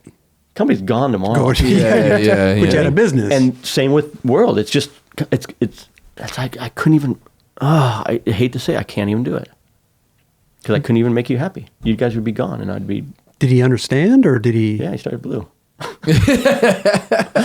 No, I don't know. I mean, I don't know Jason's side of it. I just remember me in this turmoil and all this weird goings on in my head. Like, Crazy. What am I doing? How am I doing it? Wow. I've told this to Burnett. It's funny. It's like, I ended up in the garage. I was skateboarder one day, and I ended up in the garage packing boxes and shrink wrapping wheels with a tear coming down my eyes. And I bankrupted the company so quick. Really? Yeah. I did everything wrong. But wait, it was around for like 15 years. 15 years. Yeah. My wife and I did it out of the garage for 9, but I bankrupted in 6 months easy. How did you, just not knowing not knowing the numbers, or... I'm going to tell you that this is funny. It's like, I tithed it out of business. You what? I tithed it out of business. Tithed? What does that mean? Tithing. Tithe. Me personally, like, I think everything I have is the Lord's. Okay. Everything. My breath, everything. Gotcha. I've always thought that. I never even struggled with it, so it's like everything's his. So I've always given since I was a kid, I've always given 10% of my money to, I think, to stewardship, to somewhere, to the church or to whatever. Yeah, sure. Tithing. It's called tithing. Oh. 10%. A lot of people have problems with it or anything, but the beauty of it is it's not between me and a church or organization. It's between me and the Lord, and he owns everything, and it's his anyways. Okay. But me being an idiot, it's actually better that I was an idiot, because I didn't understand that you tithe off your profits. I tithe off sales. Oh. So if I sold $100,000, I tithe $10,000. That's not... But it cost me $70,000 to make. Sure. So you run out of money very quickly that way. Yeah. So I ran out of money within the 6 months. Did you actually file for bankruptcy? No, never. No. I've always paid my bills. That's one thing I'm so proud of. Like, through all the things I did, I heard so many stories of companies not paying their bills and not paying their their ads and not doing this, and then going back and fighting it and still getting ads. And I was like, I never owed any. I did it. I did it right. Yeah. And the rad thing is it was also another way to the Lord to prove to me that he's got me, because he made that thing last without. He let me do that to show us, I got you. I mean, 15 years. Yeah, well, 9, because at 9. Oh, 9. Then you went over to. At 9, my wife was like, "Why don't you get a job at McDonald's?" This is. Let's end this. Let's just end this. She's like, "Is there something, you have some sort of ego? Why don't you just get a job at McDonald's? Would be better." And I was like, time to do something different. Okay. So, yeah. But you guys are scratching out a living for yourselves, though, right? I mean, you're making some money. We're Paying the team. I was always this. I always did this until the end. I mean, even when it went to the distribution, and I had so many people that helped that I have to thank during the firm. The firm, those relationships were awesome. Great company, by the way. And the people. Yeah. One of my favorite companies. Oh, cool. The videos, the writers. Oh, my God. I didn't know Loved anybody it. really cared. No. Well, are you kidding me? Can't Stop is fucking. What about incredible movie? No, The Firm. Or show. The video. Wasn't the video. Wasn't it called The Firm? There's one La Buena Vida. That was the first one. Which is The good video. Ray, Yeah. Keith, Joe, Oh, you're thinking the one with Weston. myself. the one with Weston and James and myself a Qua little and- bit. So that one's more like just a day in the life almost video. Gotcha. And there's a couple little friends in at the end. And then the second one's The Firm, which Yeah. is James Qua and Weston. I mean, can't stop it. But that video is Well, there's- my there's- favorite. Oh, cool. Oh, my God. There's 3. Loved it. I wore that tape out. There's 3 teams. There was Yeah, I went through basically 3. teams. Yeah. Yeah. There's basically 3 different teams, and they're all Matt Beach. yeah. Gosh. Oh yeah. Crazy. Yeah, there was a 4th team that really never had a video, which was really the Solomon Agah, Matt Beach, Frank Gerwer era, Right. which no video came out for that little era. So there's kind of almost 4 groups. You guys always had the solid. They had a commercial in every foreign one with the same song. So dun dun dun, dun whatever. What was behind those commercials? Like, how did you find out that song? I think Dave Meddy wrote that song. Dave Meddy was there with Solomon, and okay. I'm pretty sure that's. If I can't even remember the song, but if we would have stayed with one song, Dave Meddy wrote a little Simon and Garfunkel type song, and I wanted to stick with the same thing, so I'm pretty sure that's it. But that's Dave Meddy's music. I knew a 411 question would come up sooner or later. No, going back to the running the firm, and then because you said it after 9 years, you went to the distribution. Yeah, that was. You didn't want to work at McDonald's. No, everything has its season, and it plays its thing. It just runs through its courses. So even the first group of guys ran through its course. Yeah. And you got to do things or whatever. I still, I knew I couldn't do a company with 3 dudes. Sure. But what am I going to do? Right. So everyone's like, "Oh, I love your company because it was just you and your friend." Yeah, but okay. I love how you don't really want it to be good, or whatever they come up with, that kind of For stuff, sure. or whatever. It was awesome, man. You guys always traveled with Girl Team back in the day. Yeah. Well, what happened? I think it's pretty neat because I think Rick Howard and I made a connection because when they left, they were on this island. They were kind of on this island of. They got attacked, I think, a little bit by. Yeah, with bitch skateboards and all that. Yeah, by World and stuff. I mean, I think he probably hit this. Here's what happened. I bet you Rick got exactly what I got. The day I started the firm, that I made it known, got the firm. I mean, so I was on independent for years. Mm-hmm. And actually, we're jumping around, but I was on independent for years and actually helped design, kind of on this one trip. I was on this one trip, and Fausto said, we're going to make a stage 5 truck if you have any ideas or whatever. And so on this trip, I basically was making the whole time a clay model of a truck. Wow. Which was funny because Stevie and I were playing games because I showed Stevie's on Indy, but McGill wasn't on Indy, so I was trying to hide it from him. But enough got out that he was in the back basically making his truck eventually No too. way. Which it was all fun and whatever. But so I was kind of involved in ruining the Indy by making it a tracker. Whatever. So at that point, Fausto gave me a raise and I got a good pay from Indy. Okay. And when I started the firm, I got a phone call from Fausto. I was like, you're my competitor now, so we're cutting your pay. Seriously. Whoa. Damn. So you learn these lessons. Yeah. Wow. And I think that's what I was trying to get at. Rick probably, wow. Feeling I had just done it. I don't know if I had done it for a year or half a year before. Not very much longer, but somehow we made a connection, and I was always finding spots and doing stuff and trying to make a video, and somehow we connected, and I kind of started showing. I would show Weston a spot. Hey, Weston, what do you think about this spot? Don't like that spot. Show Guy that spot. Guy would get a clip there. Mm-hmm. That spot's great.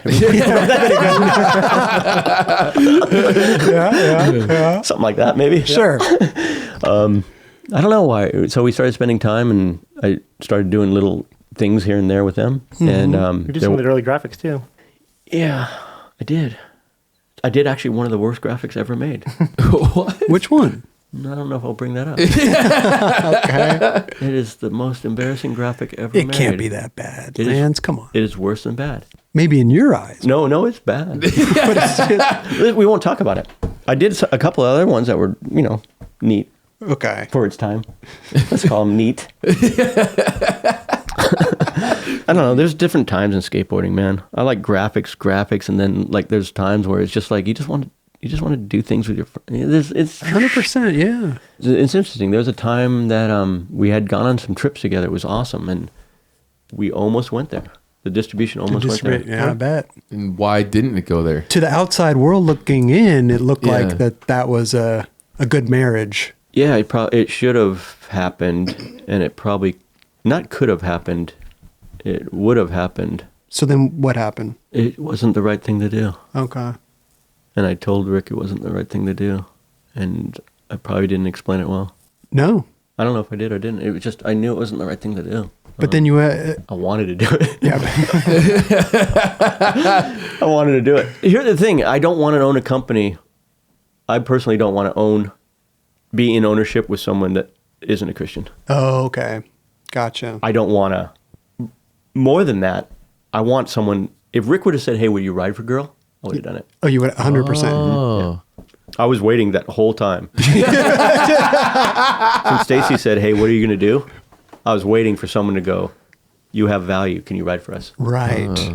Right. So it feels very unfair.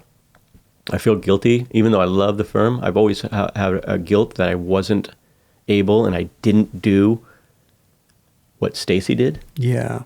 I was doing what we all do now, is trying to find a way for me to skate,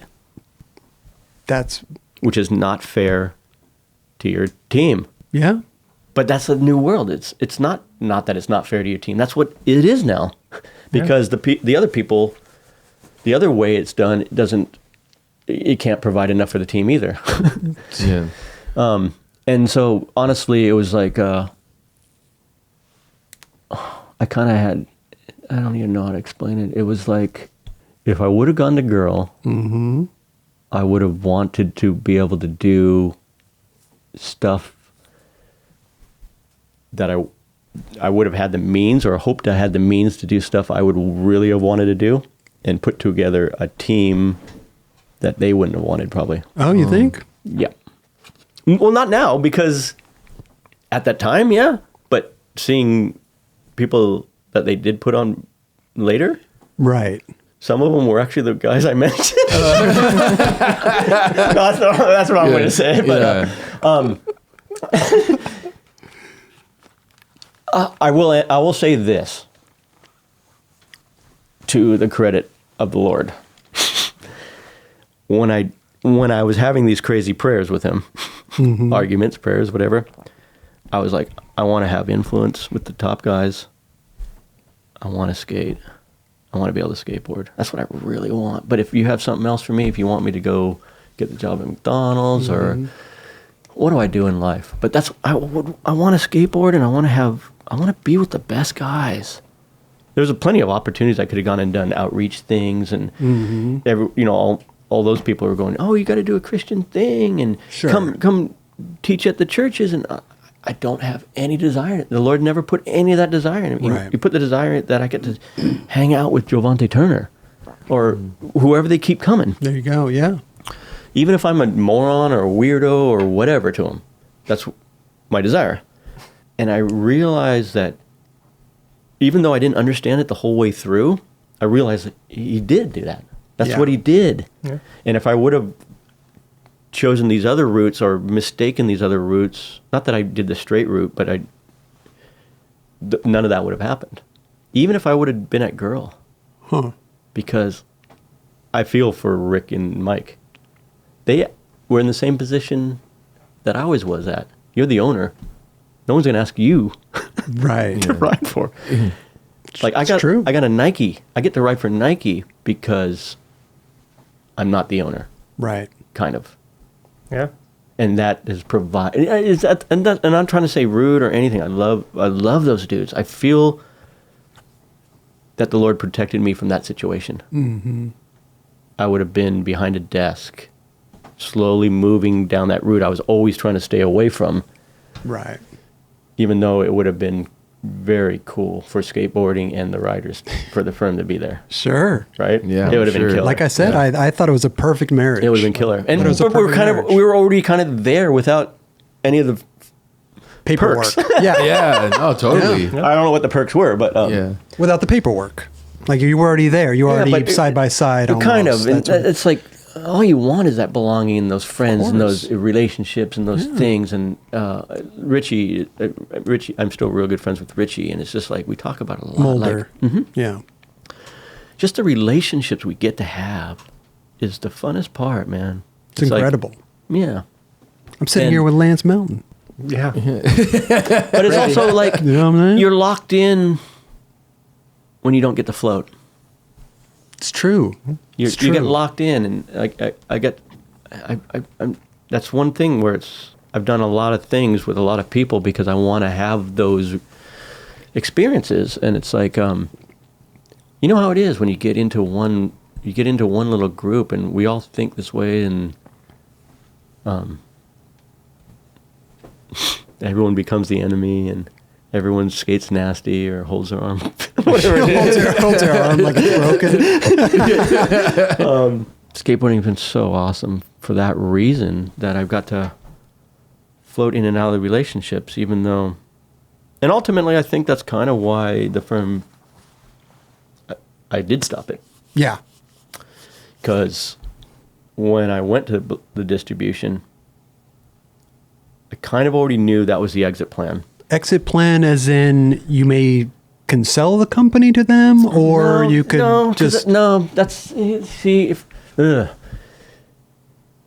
I'm glad I did everything the way I did, but if I would do it now, I would do it so selfishly and so differently. Really? Yeah, I'd do it. Why do you do a skateboard company? To make money. Make a plan so you can sell it. So you can do. I had no intention. I had an opportunity to sell the firm. Oh, you did? Yeah, but I didn't want to. Right. I just wanted to kill it. How much were they offering? Not enough. Huh?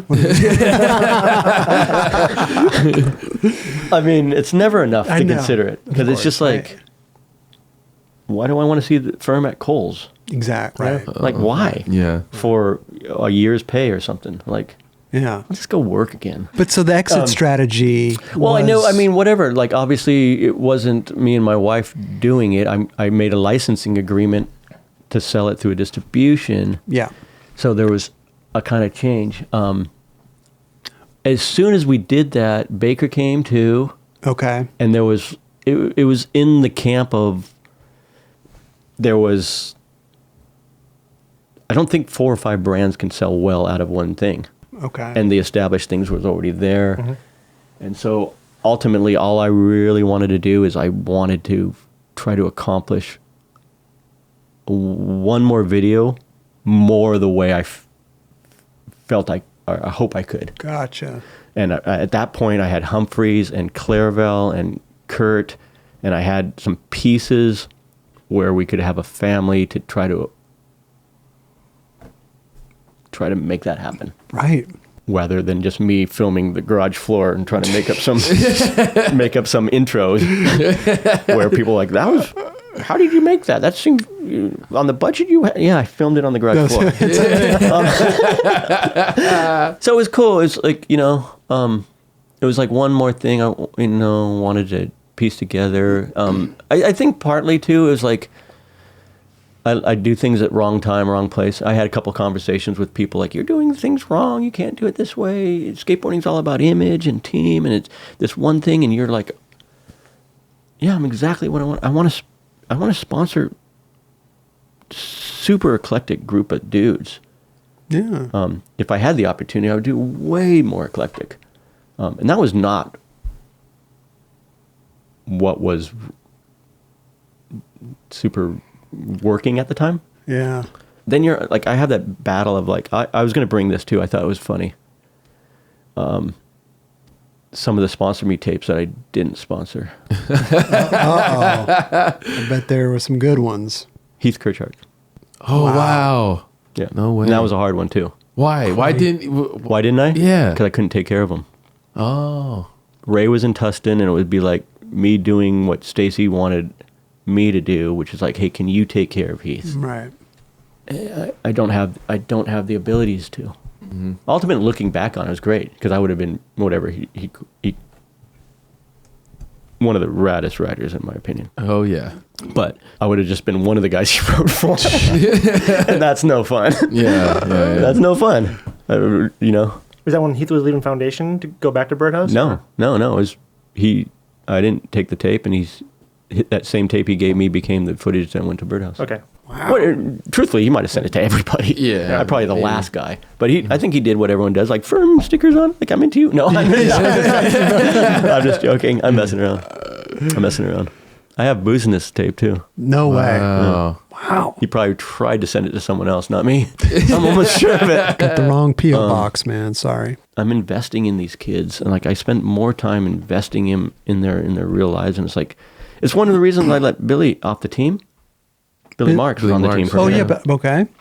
If you talk to him about it, he's like, yeah, Lance was just out of his mind. I don't know what, he couldn't even explain to me what he wasn't the right guy for our team. Huh. He was the right guy for Toy Machine. Sure. It worked, and I knew that. It was wrong. It wasn't happening. We were trying to film a video. I was trying to keep all these pieces together. I took Rodrigo to go see him. Rodrigo wanted him on. I put Rodrigo and him to Tampa, and they almost killed each other. Oh, seriously? Yeah. I'm not putting a team that everyone dresses the same, eats the same, looks the same. Like, I'm trying to put these crazies together because that's the best. But if they refuse to connect, then I gotta be on every trip to pick up all the mess. It's like I can't even Diffuse the do situations. it. I'm almost. It's like it was unfair to them. Right. It was unfair to my son. I had 15 kids when I should have had one. There you go. I still feel guilty about all of it. Yeah, you had a big team back team. then. Yeah, I mean, there's a thing was. Don't get me wrong, Yanni was on the team too. That's right. Yanni, Billy, and TX on a trip. Trains going. Yeah. Everyone's got to pile out and grab each other's bags, and it's like, that's not my bag. There it goes. There you go. And it's just like, Should have done a reality show. That would've been great. Seriously. Just having Yanni on there. Yeah. Oh yeah. obviously a skater takes it hard, but I did him a huge favor. Did him a huge favor. No, he didn't where he belongs. In hindsight, you know what I mean? Like a team. And I knew that, and I could feel that. And it was like, this is not. Put Mikey Chin on there too. Yeah, Mikey was an amazing skateboarder. Hell yeah. Amazing skateboarder. Yeah, try to get something filmed with him. Try to get something filmed with Billy, but Billy only wanted to skate at 4 a.m, and I had no one to go skate with. One guy 4 a.m. It was cool because he was more of he saw skateboarding the way Heath did it. You know, I'm just gonna go film at 4 a.m, get one trick, and that's what I do. Right. And I'm like, okay, I'm okay with that, even though I want this. And it's like, maybe I can convince him to do a little more. Like, I don't even know what I'm thinking. And like demo at the Corona Park? We're trying to make a video, and I can't get footage of you. Back to Mikey Chin. And we made all these attempts to get footage with Mikey Chin, and I finally broke down and took him to a backyard where I'm not supposed to take him, and it didn't show up, and I'm pressing my luck, and so we put lights on, and I get kicked out, and got a gun pulled on me, and all my pool dudes are like, ban me for life. You can't you killed the pool, and I'm like, I'm jeopardizing all this stuff for trying to make something happen for people. Right. And I learned this lesson. It was like, you have to choose people who want to be pros. Yeah, it's hard to make them do it. They have to want to do it. That's what you want to do. And it's like, I love Matt Beach. Matt Beach rules. He never wanted to be a pro. No? Really? No. He's incredible. He was a pro. Yeah. Yeah, 100%. It was a pro, but he didn't. He was a pro because he was so naturally good, not because he wanted to be a pro. Right. Like, we went to Spain once, and it was Ray Barbie, me, and him. And it's like, you know what? This is why I'm guilty. It's like, you're putting the weight of all this company on Matt Beach, because Ray's hurt. Got a hurt ankle. Had a hurt ankle for a year. I'm in my 90s, like you said. 91 to be exact. And we're going to the death of Spain at a time where if you go and you do what Mike V knows in his head, you got 15 minutes with these people and you make an impression, they're yours for life. I'm going, and you got this opportunity. This was an awesome opportunity. Everyone you skate in front is going to be you're going to do for life. You can't say that. You can't want that. You can say it, but they got to intuitively want that themselves. Right. Matt was just great. How did you find Javier Sarmiento? I knew Javi, but him and Rodrigo were filming and skating together. Javi's another one, man. Javi is so good, and I almost didn't put him on. Really? He's like the best He just skates to skateboarder. skate, though. He just like... That's what I'm... It's like I'm like slowly going exactly where I know I shouldn't be going because my heart wants to go there. Right. Who cares? Who cares? Matt, Javi, these dudes rule. Who cares that this is how it works? Right. It's just getting heavier and heavier. And I was like, I ended up I got on Adidas. I'd take all that money and I'd be putting it into them. I still see more board sales from me. And it's crazy. Wow. So you put it in the distribution. You thought that was your exit plan. No, it was kind of like, oh yeah, this is... Maybe you could get back to skateboarding. What was an exit plan? Like, hey, I'm out of here. Right, but maybe it was like, hey, I can go skate more. Yeah. I can go skate. But I didn't. I actually worked a lot more. Oh, you did? Kind of. Well, no. The opportunities were better. Well, now you're brand manager pretty much. Well, I was doing all that too. Yeah. You know what? I was doing more. I was doing less. I was doing less, but I had more opportunity. Right.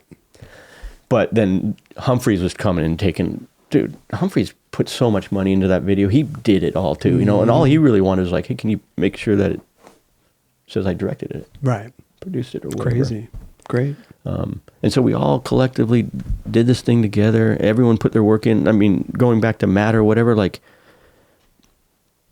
the amount of work it took for Humphreys and Kurt to get him to do that is huge.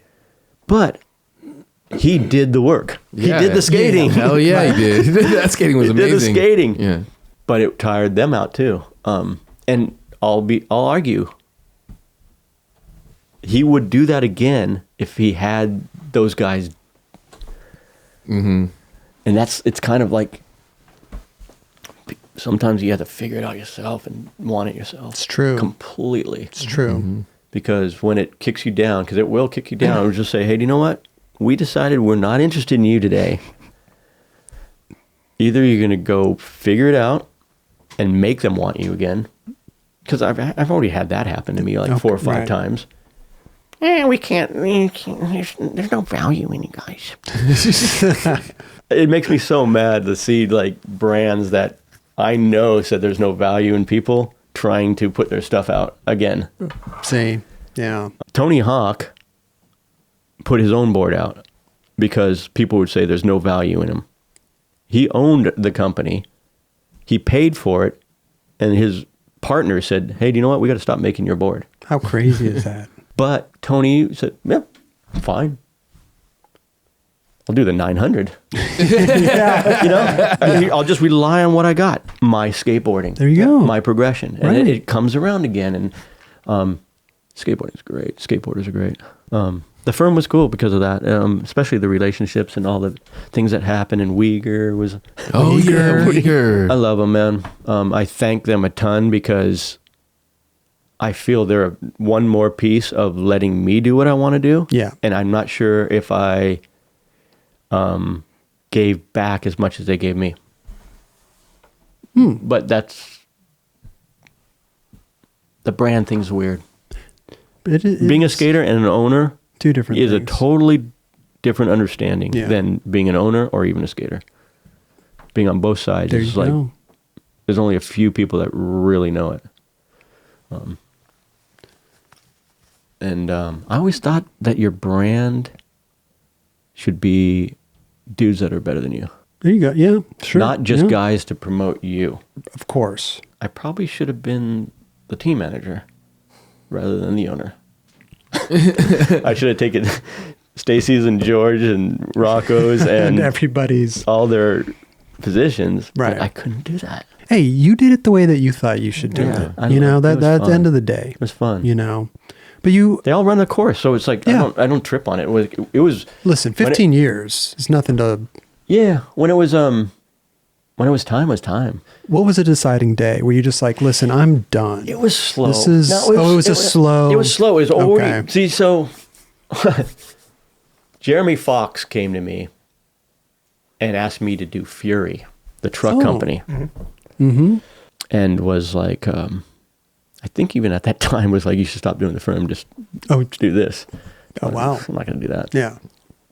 And I didn't want to do that, but I can say it now. It doesn't matter. The money was so good. I had to sacrifice being in the Indy book, which hurts, for those 4 years for that money, Wow. which kind of stinks because the Indy book came out at that point. So I wasn't in it. So I was off Indy at that point. And I had that conversation with Fausto and stuff. I was like, what do I do? I don't even know why I asked him. He's like, I just can't even say no. Like, I got to do this. Right. So that's where that relationship started. And we had conversations slowly but surely. But he was the Jeremy Fox relationship. and truthfully, he was the guy that came to me and said, "Why are you doing this thing? You should be skating. Yeah. You should always have been skating." And I was like, "No one said that or offered me the check to do that." Sure. But it's kind of what you wanted the whole time too. It's to be skating. I just want to be a skateboarder. I'm glad that it went the way it was, but that's what you wanted to do. Yeah. And like I said, I would have done it differently. I would have made the brand all about me so it would financially work and not invest into kids. And I knew that starting into it, and I know it now, but I still wouldn't change it for what You can't. for what we did. Right. Yeah. But it would have been very easy to just make something for income to me come. But I want to be part of a family. I don't want to be by myself. Yeah. Nobody wants to be. So yeah, he was the one that basically came and was like, "Why are you doing that? Why are you doing the company? Why don't you be a writer? Or why you should be writing? You shouldn't be on the desk. You should be out there." And he basically offered me to write for Flip. It's crazy. And I was like, I got a company, I got a team I got to take care of. I got to figure out what to do. It wasn't Flip a part of that too? Well, we went on trips and everything, and Yeah. it slowly kind of became like, are we going to amalgamate this thing? Are we not? Who are we going to take? Who are we not? And it was a hard one. It was a hard one the way it went, but it was like, He's like, if I can get Lance, I can get Rodrigo. Oh, yeah. well, no. See, here's the thing, which is interesting, is we had to deal with too. I think it happened even with my wife. We had to deal with Rodrigo writing for Chocolate in the magazine about 3 times over the time that we sponsored him, because people at the magazine liked to print this knowledge that Rodrigo was going to write for Chocolate or ride for Chocolate when he didn't. In like the news section? Yeah, and just the gossip, nonsensical, like, just, it's part of skateboarding I don't really dig, is the latch-ons. There's so many latch-ons. There's there's guys that are doing it, and then there's just latch-ons. Want to say stuff or do stuff or know stuff. Truth is, Rodrigo never talked to Rick, ever.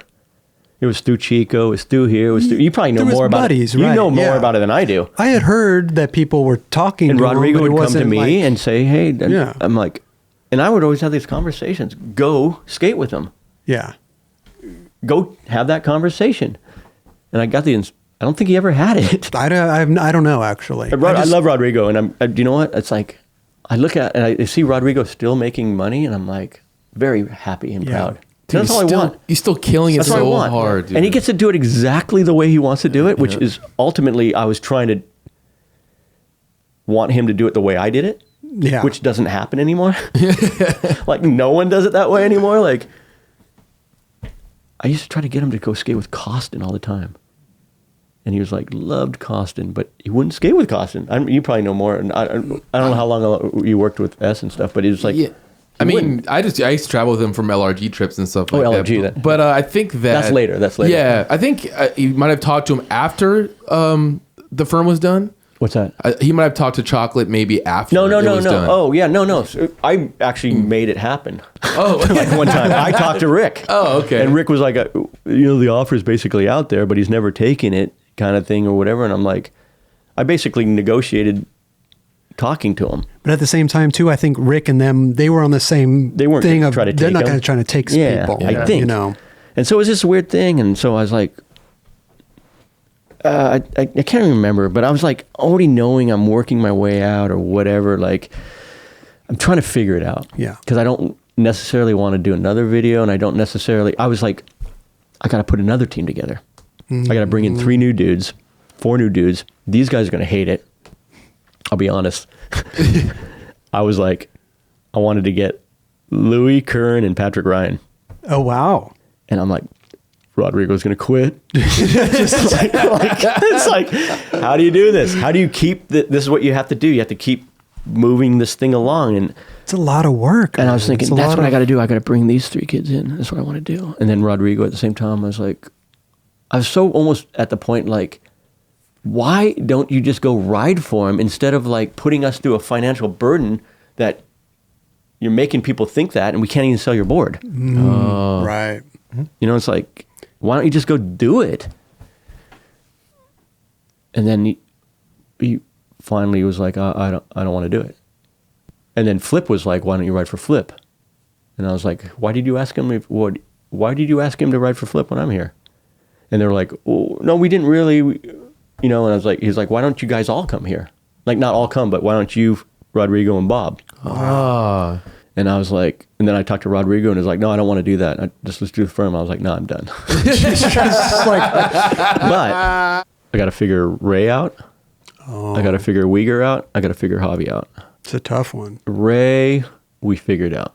Javi took a little bit, right? Javi, I did not figure out, and I just said, I can't sort this out. He's on Skate Mafia. He went to Skate Mafia after that, but he was Javi too. Yeah. I treated him like Cab. Like he can go be a professional snowboarder. He's like, he could play guitar. He's Javi. He's fine with skating. How he skates, where he skates, when he skates, if he gets paid or doesn't get paid. Yeah, he's like still chilling. Just gonna do him. He's Javi. He's just sick. He's incredible. Great dude. So I was like, I almost didn't feel that I could figure that out. I think he thought he could stay with Rodrigo, and I think they thought them two together was not a good match. I don't really know. And then Uyghur was close enough for me to just be normal and just go, I'm sorry, I can't, I'm below it. I can't figure it out. Right. And I hope you're okay with that. But enjoy. People have asked me, was it hard? Was it hard? I was like, no, it was hard the whole time. And that was easy when I was like, I knew it was like, letting go. Yeah. But here you are now, it's like the firm is done. It's almost like you have this breath of fresh air, this newfound freedom now that you skate for Flip. You don't have that responsibility. Yeah, it was cool. I mean... And Nike and all this stuff. Yeah, Nike didn't come for a while. It was on Adidas. Oh, that's right. Yeah, that's right. During that time. That's right. During the end. And I was actually taking a lot of that money and investing it into the video or the whatever. The firm. So a lot of the money I had earned kind of didn't get to be put away from me. Wow. Which is kind of one of the other reasons, like, what am I doing for my future? What am I doing? And then my son got married. Jeez. And I was like, wait a minute, I didn't even get to finish parenting. What am I doing? And so the Flip, the offer to, hey, be a rider was huge. Yeah, I bet. I went on bike rides. I ate with my wife. I slept. I got a chance to give it one more skating shot. Like, give it another shot. Yeah. Like, not skating. I always skated. Yeah. I skated a lot, I think. But I got one more, like, give it everything you got for a video part. I like videos. Yeah. I love videos. I love Great. photos and videos. To me, I love that. I love contests and everything and the live. But I love the creating a feeling. Yeah. The things that the guys did for me, I want. That's what I get a feeling from. Oh yeah. Even if it works or doesn't work. No, I mean I just like trying. the music. It's a whole thing. Yeah, it's memorable. yeah. People are always going to remember if you get first. Sure. They never remember you get second, Yeah. even though I think second is just as good, if not better. I thought fifth was just as good. Like, if I got top 5, that's all I needed to do. Like, that was, dude, top 5 in the world. Like, who cares? I'd take it. Yeah, that's all you need to do. Yeah. That's the way I thought of contests. Do Unfortunately, that and leave an impression. Oh yeah, no, that's what I was saying. That's jack of all trades. Yeah. Yeah. Master of none of it. Yeah, so I was like, wow, dude, I get to do a video. Flip's gonna get me to do a video. I was scared to death. Like, Is that extremely sorry? yeah, Yeah. I was scared to be in a video. Were you? Oh yeah, but I wanted to so badly. I wanted to try to give it everything I had. How much time did they give you? Well, they said it was gonna be 6 months. Okay. Wow, that's quick. Yeah, I had just got on, and they're like, "We'll build you a pool," Off to a good start. and I was like, "Okay, I'm good."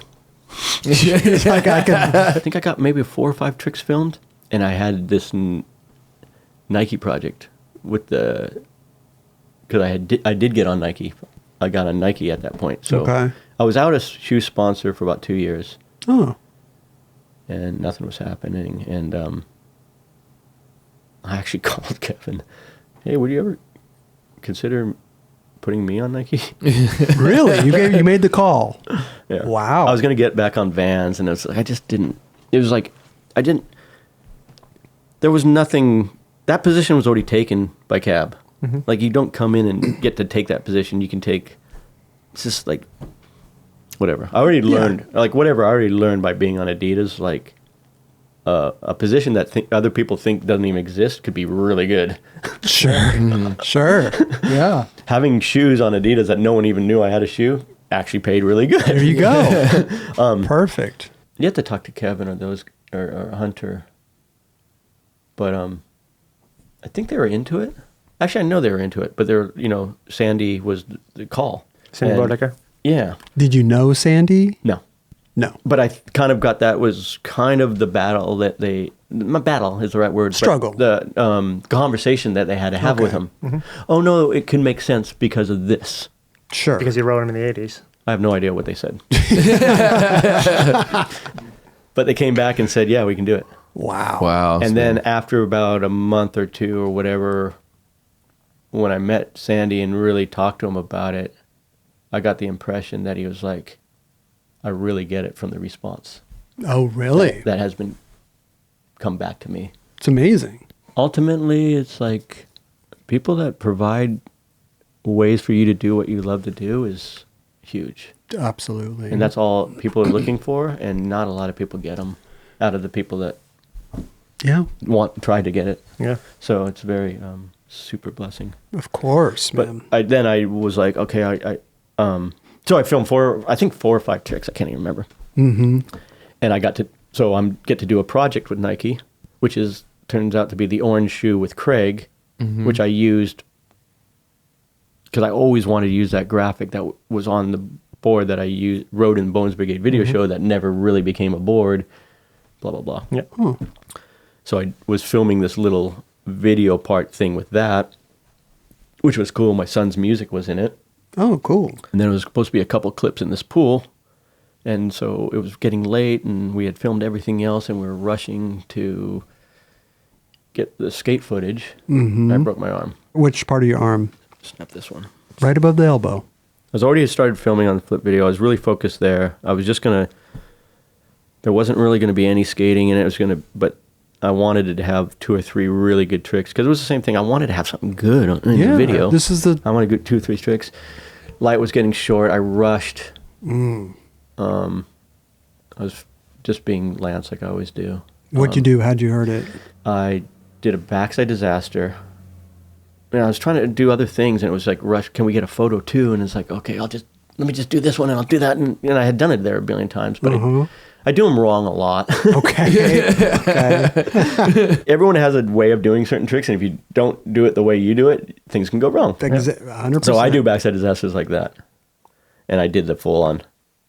Oh, you came to... I did that. so you hung I up. got way too high and just landed on the back truck. What, did you fall down to the flat bottom I or just something? hung and I fell all the way, Oh, I fell all the way this way with my arm behind me. Oh. You know, wham. Oh, jeez. And I got up, I was like, I was pissed. Yeah, of course. I got up and I'm doing it, and I did it again. You went back. What? And so the way I broke it too, is I broke it, and then the second time I broke it off. Oh, What do you mean the second time? the same fall both times? I hung up and slammed, boom, and it was killing me. And I'm like, I'm doing it.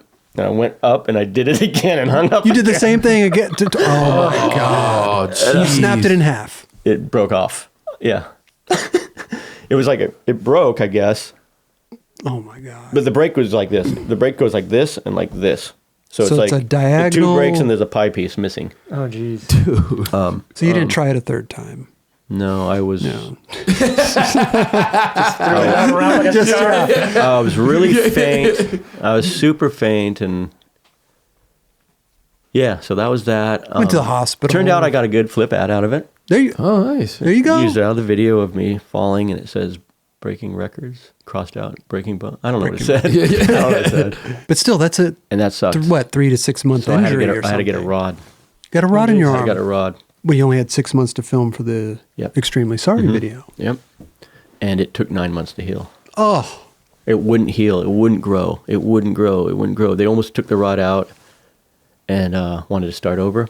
And I was like, give me another month. Like, is there any growth? And they gave me a month, and they said, there's a little bit of growth. And I was like, cool. I just started skating again. Started filming. in Oh, a wow. cast, in a sling.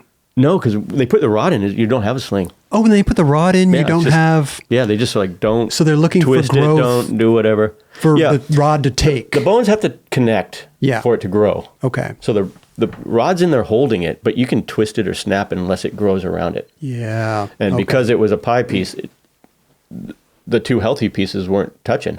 They were touching they dead needed to pieces. mend together. So it just started right here and slowly went around. So there was a little bit of growth, and the film had already got pushed back just because of everyone else. You know, like so. As they usually do. Yeah. So it was still not even really healed. It wasn't. I started just doing all the stuff that wasn't grabbing or anything. No, right. And then one day I just wallop slam, and I'm like, Oh, no. okay, I can take it. Oh, damn. And it was just yeah. That shoe you have behind you right there, is that like a shoe you did with Nike and Stussy? Yeah, so it was a Nike Stussy shoe, and whatever. There's a lot of conversations how it goes. The shoe actually comes plain with some stencils, and you can stencil it yourself or do nothing. Oh, really? Oh. Yeah. Oh, it doesn't come like that? No, it comes like a plain, just a plain. Does it come with tape and everything so you could tape Nope. up it? You got to figure it out. You got to yourself. figure it out yourself. It's Or like- don't do it. So it actually came from a pair of pants that I wore in a. I made them. I actually wore them in Future Primitive. Oh. And when we all jump out of Lucero's van, and Grosso is actually wearing another pair of pants that are snakeskin, I think. Okay. That are mine. Well, Grosso and Snakes. But I had made these pants Yeah. because we loved this band 999, and they wore leopard skin. Whatever, it was punk rock stuff. And so I made these pants years ago. Actually, my son had a photo in Thrasher wearing them like 30 years later. Wow. I had saved them or whatever. So it was based off of that. Okay. But just whatever. But I made 50 pairs. Oh. I stenciled that went out to Stussy stores or Gotcha. something. I mean, 50 shoes of spray paint, it's got to be that's a lot of work. It's a lot of time. Yeah. Well, I thought I was going to do 150 or so. But I thought I was going to stencil all this just massive Material. piece of material that I could send it. And then it actually turns out better because then you don't have to have weird spray painted shoes. Sure. It's just a thing. But I could sit here and talk 6 more hours. but it's the new year. We gotta 2020. I know. This episode's just going to live stream throughout the whole year. We're just going to sit here. We're going to have food delivered.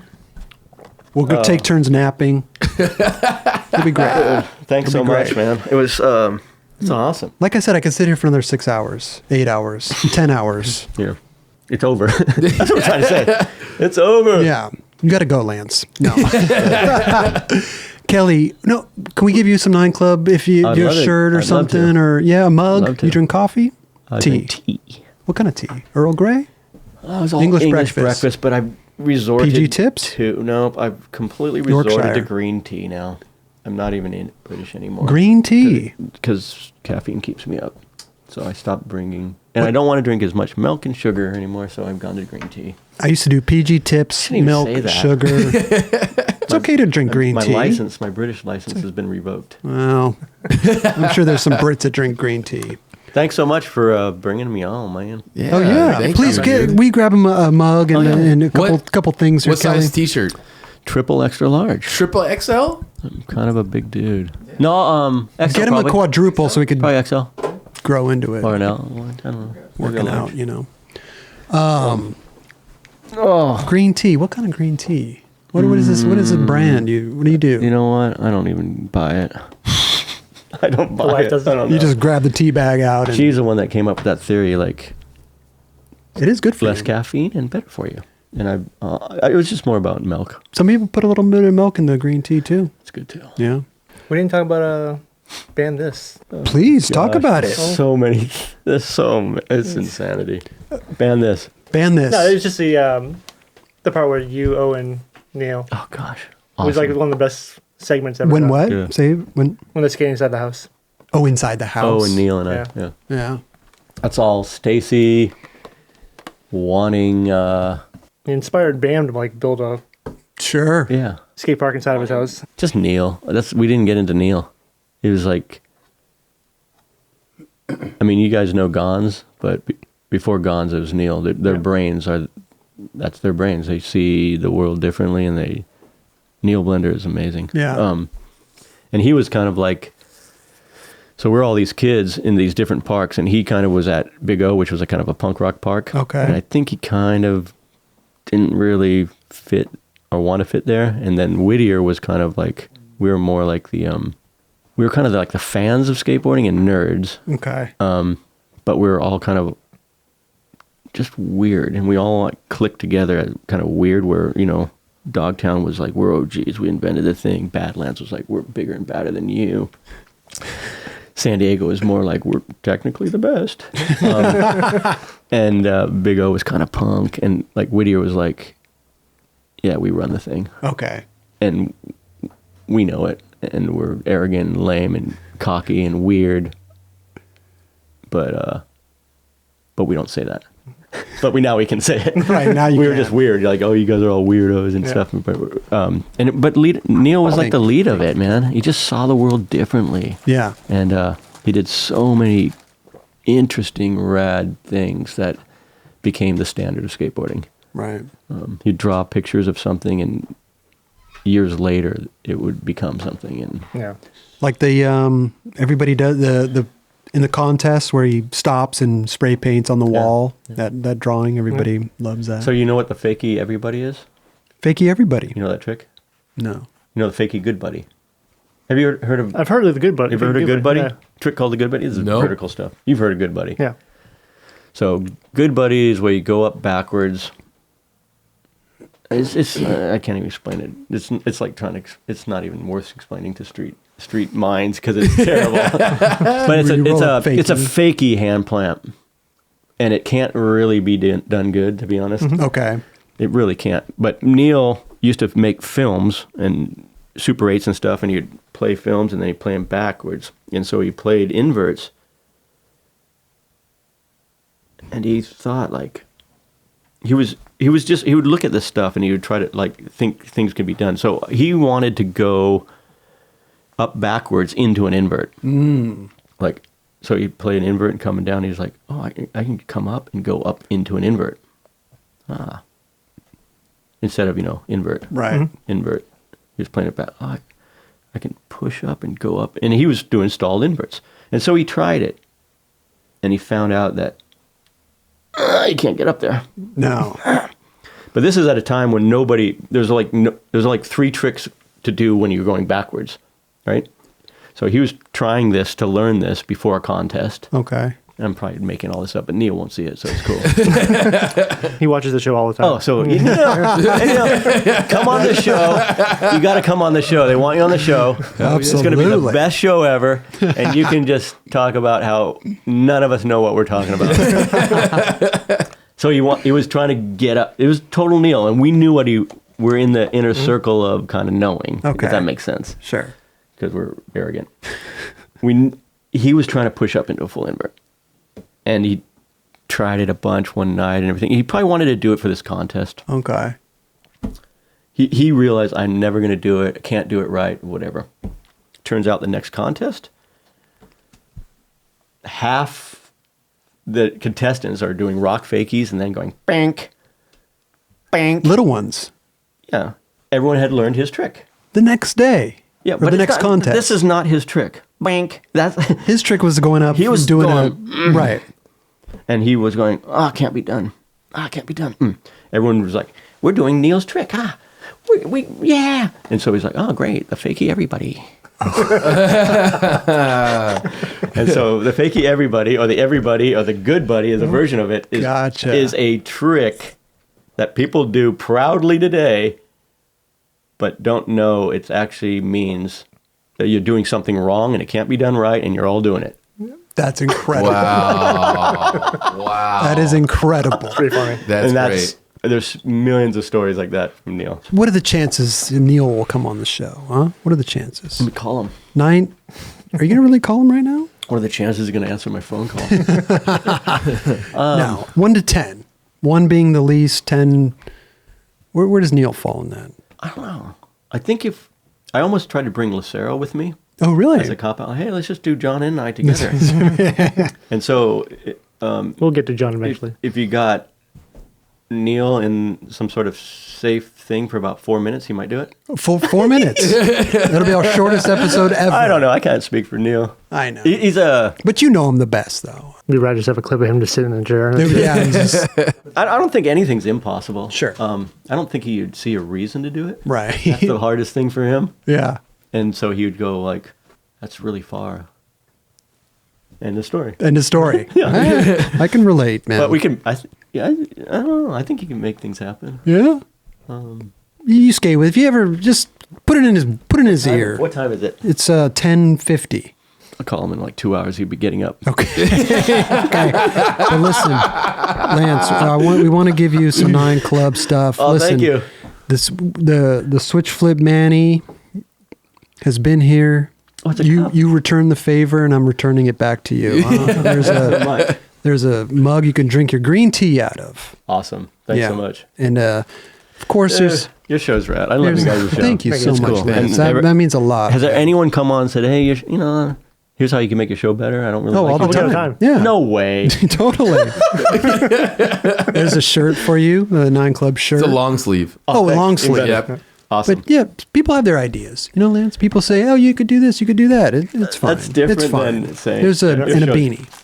Your show's great. Thank you. He's opening the beanie right now. Look at that. I want to reshoot the whole thing with his on. Okay. I have really bad hair. All right, ready? Well, we are back, huh? We're back at the 9 Club, everybody. What's the cost? How many You got the tag's specials? not even... I forgot about the special thing. Okay, Lance, let me tell you something. People come on the show, they say, I say special, right? And then they want another special. Or in the comments, they say, you only gave them 2 specials or 3 specials or whatever. I've just kind of narrowed it down to 3. Okay? Oh. Special guest. But the... If they ask for more, I'll give them more. Oh, that's horrible. Well, only upon request. Yeah. it happens. And I'm glad to oblige. I'm glad to oblige, Could I get 2 specials only? Let's start over. Then people are going to say you left. I only want 1 special. No, No special. No special. Could you imagine if Lance Mountain came on the show and I said, well, we are back at the 9 Club, everybody. Today we got a guest, Lance Mountain. So do you know how many comments I would get ostracized? Do a new one just with that. Just with that. Yeah. Well, we are back, huh? We're back at the 9 Club, everybody. I got Listen, stuff already. listen. Today, we got a guest. Thank you.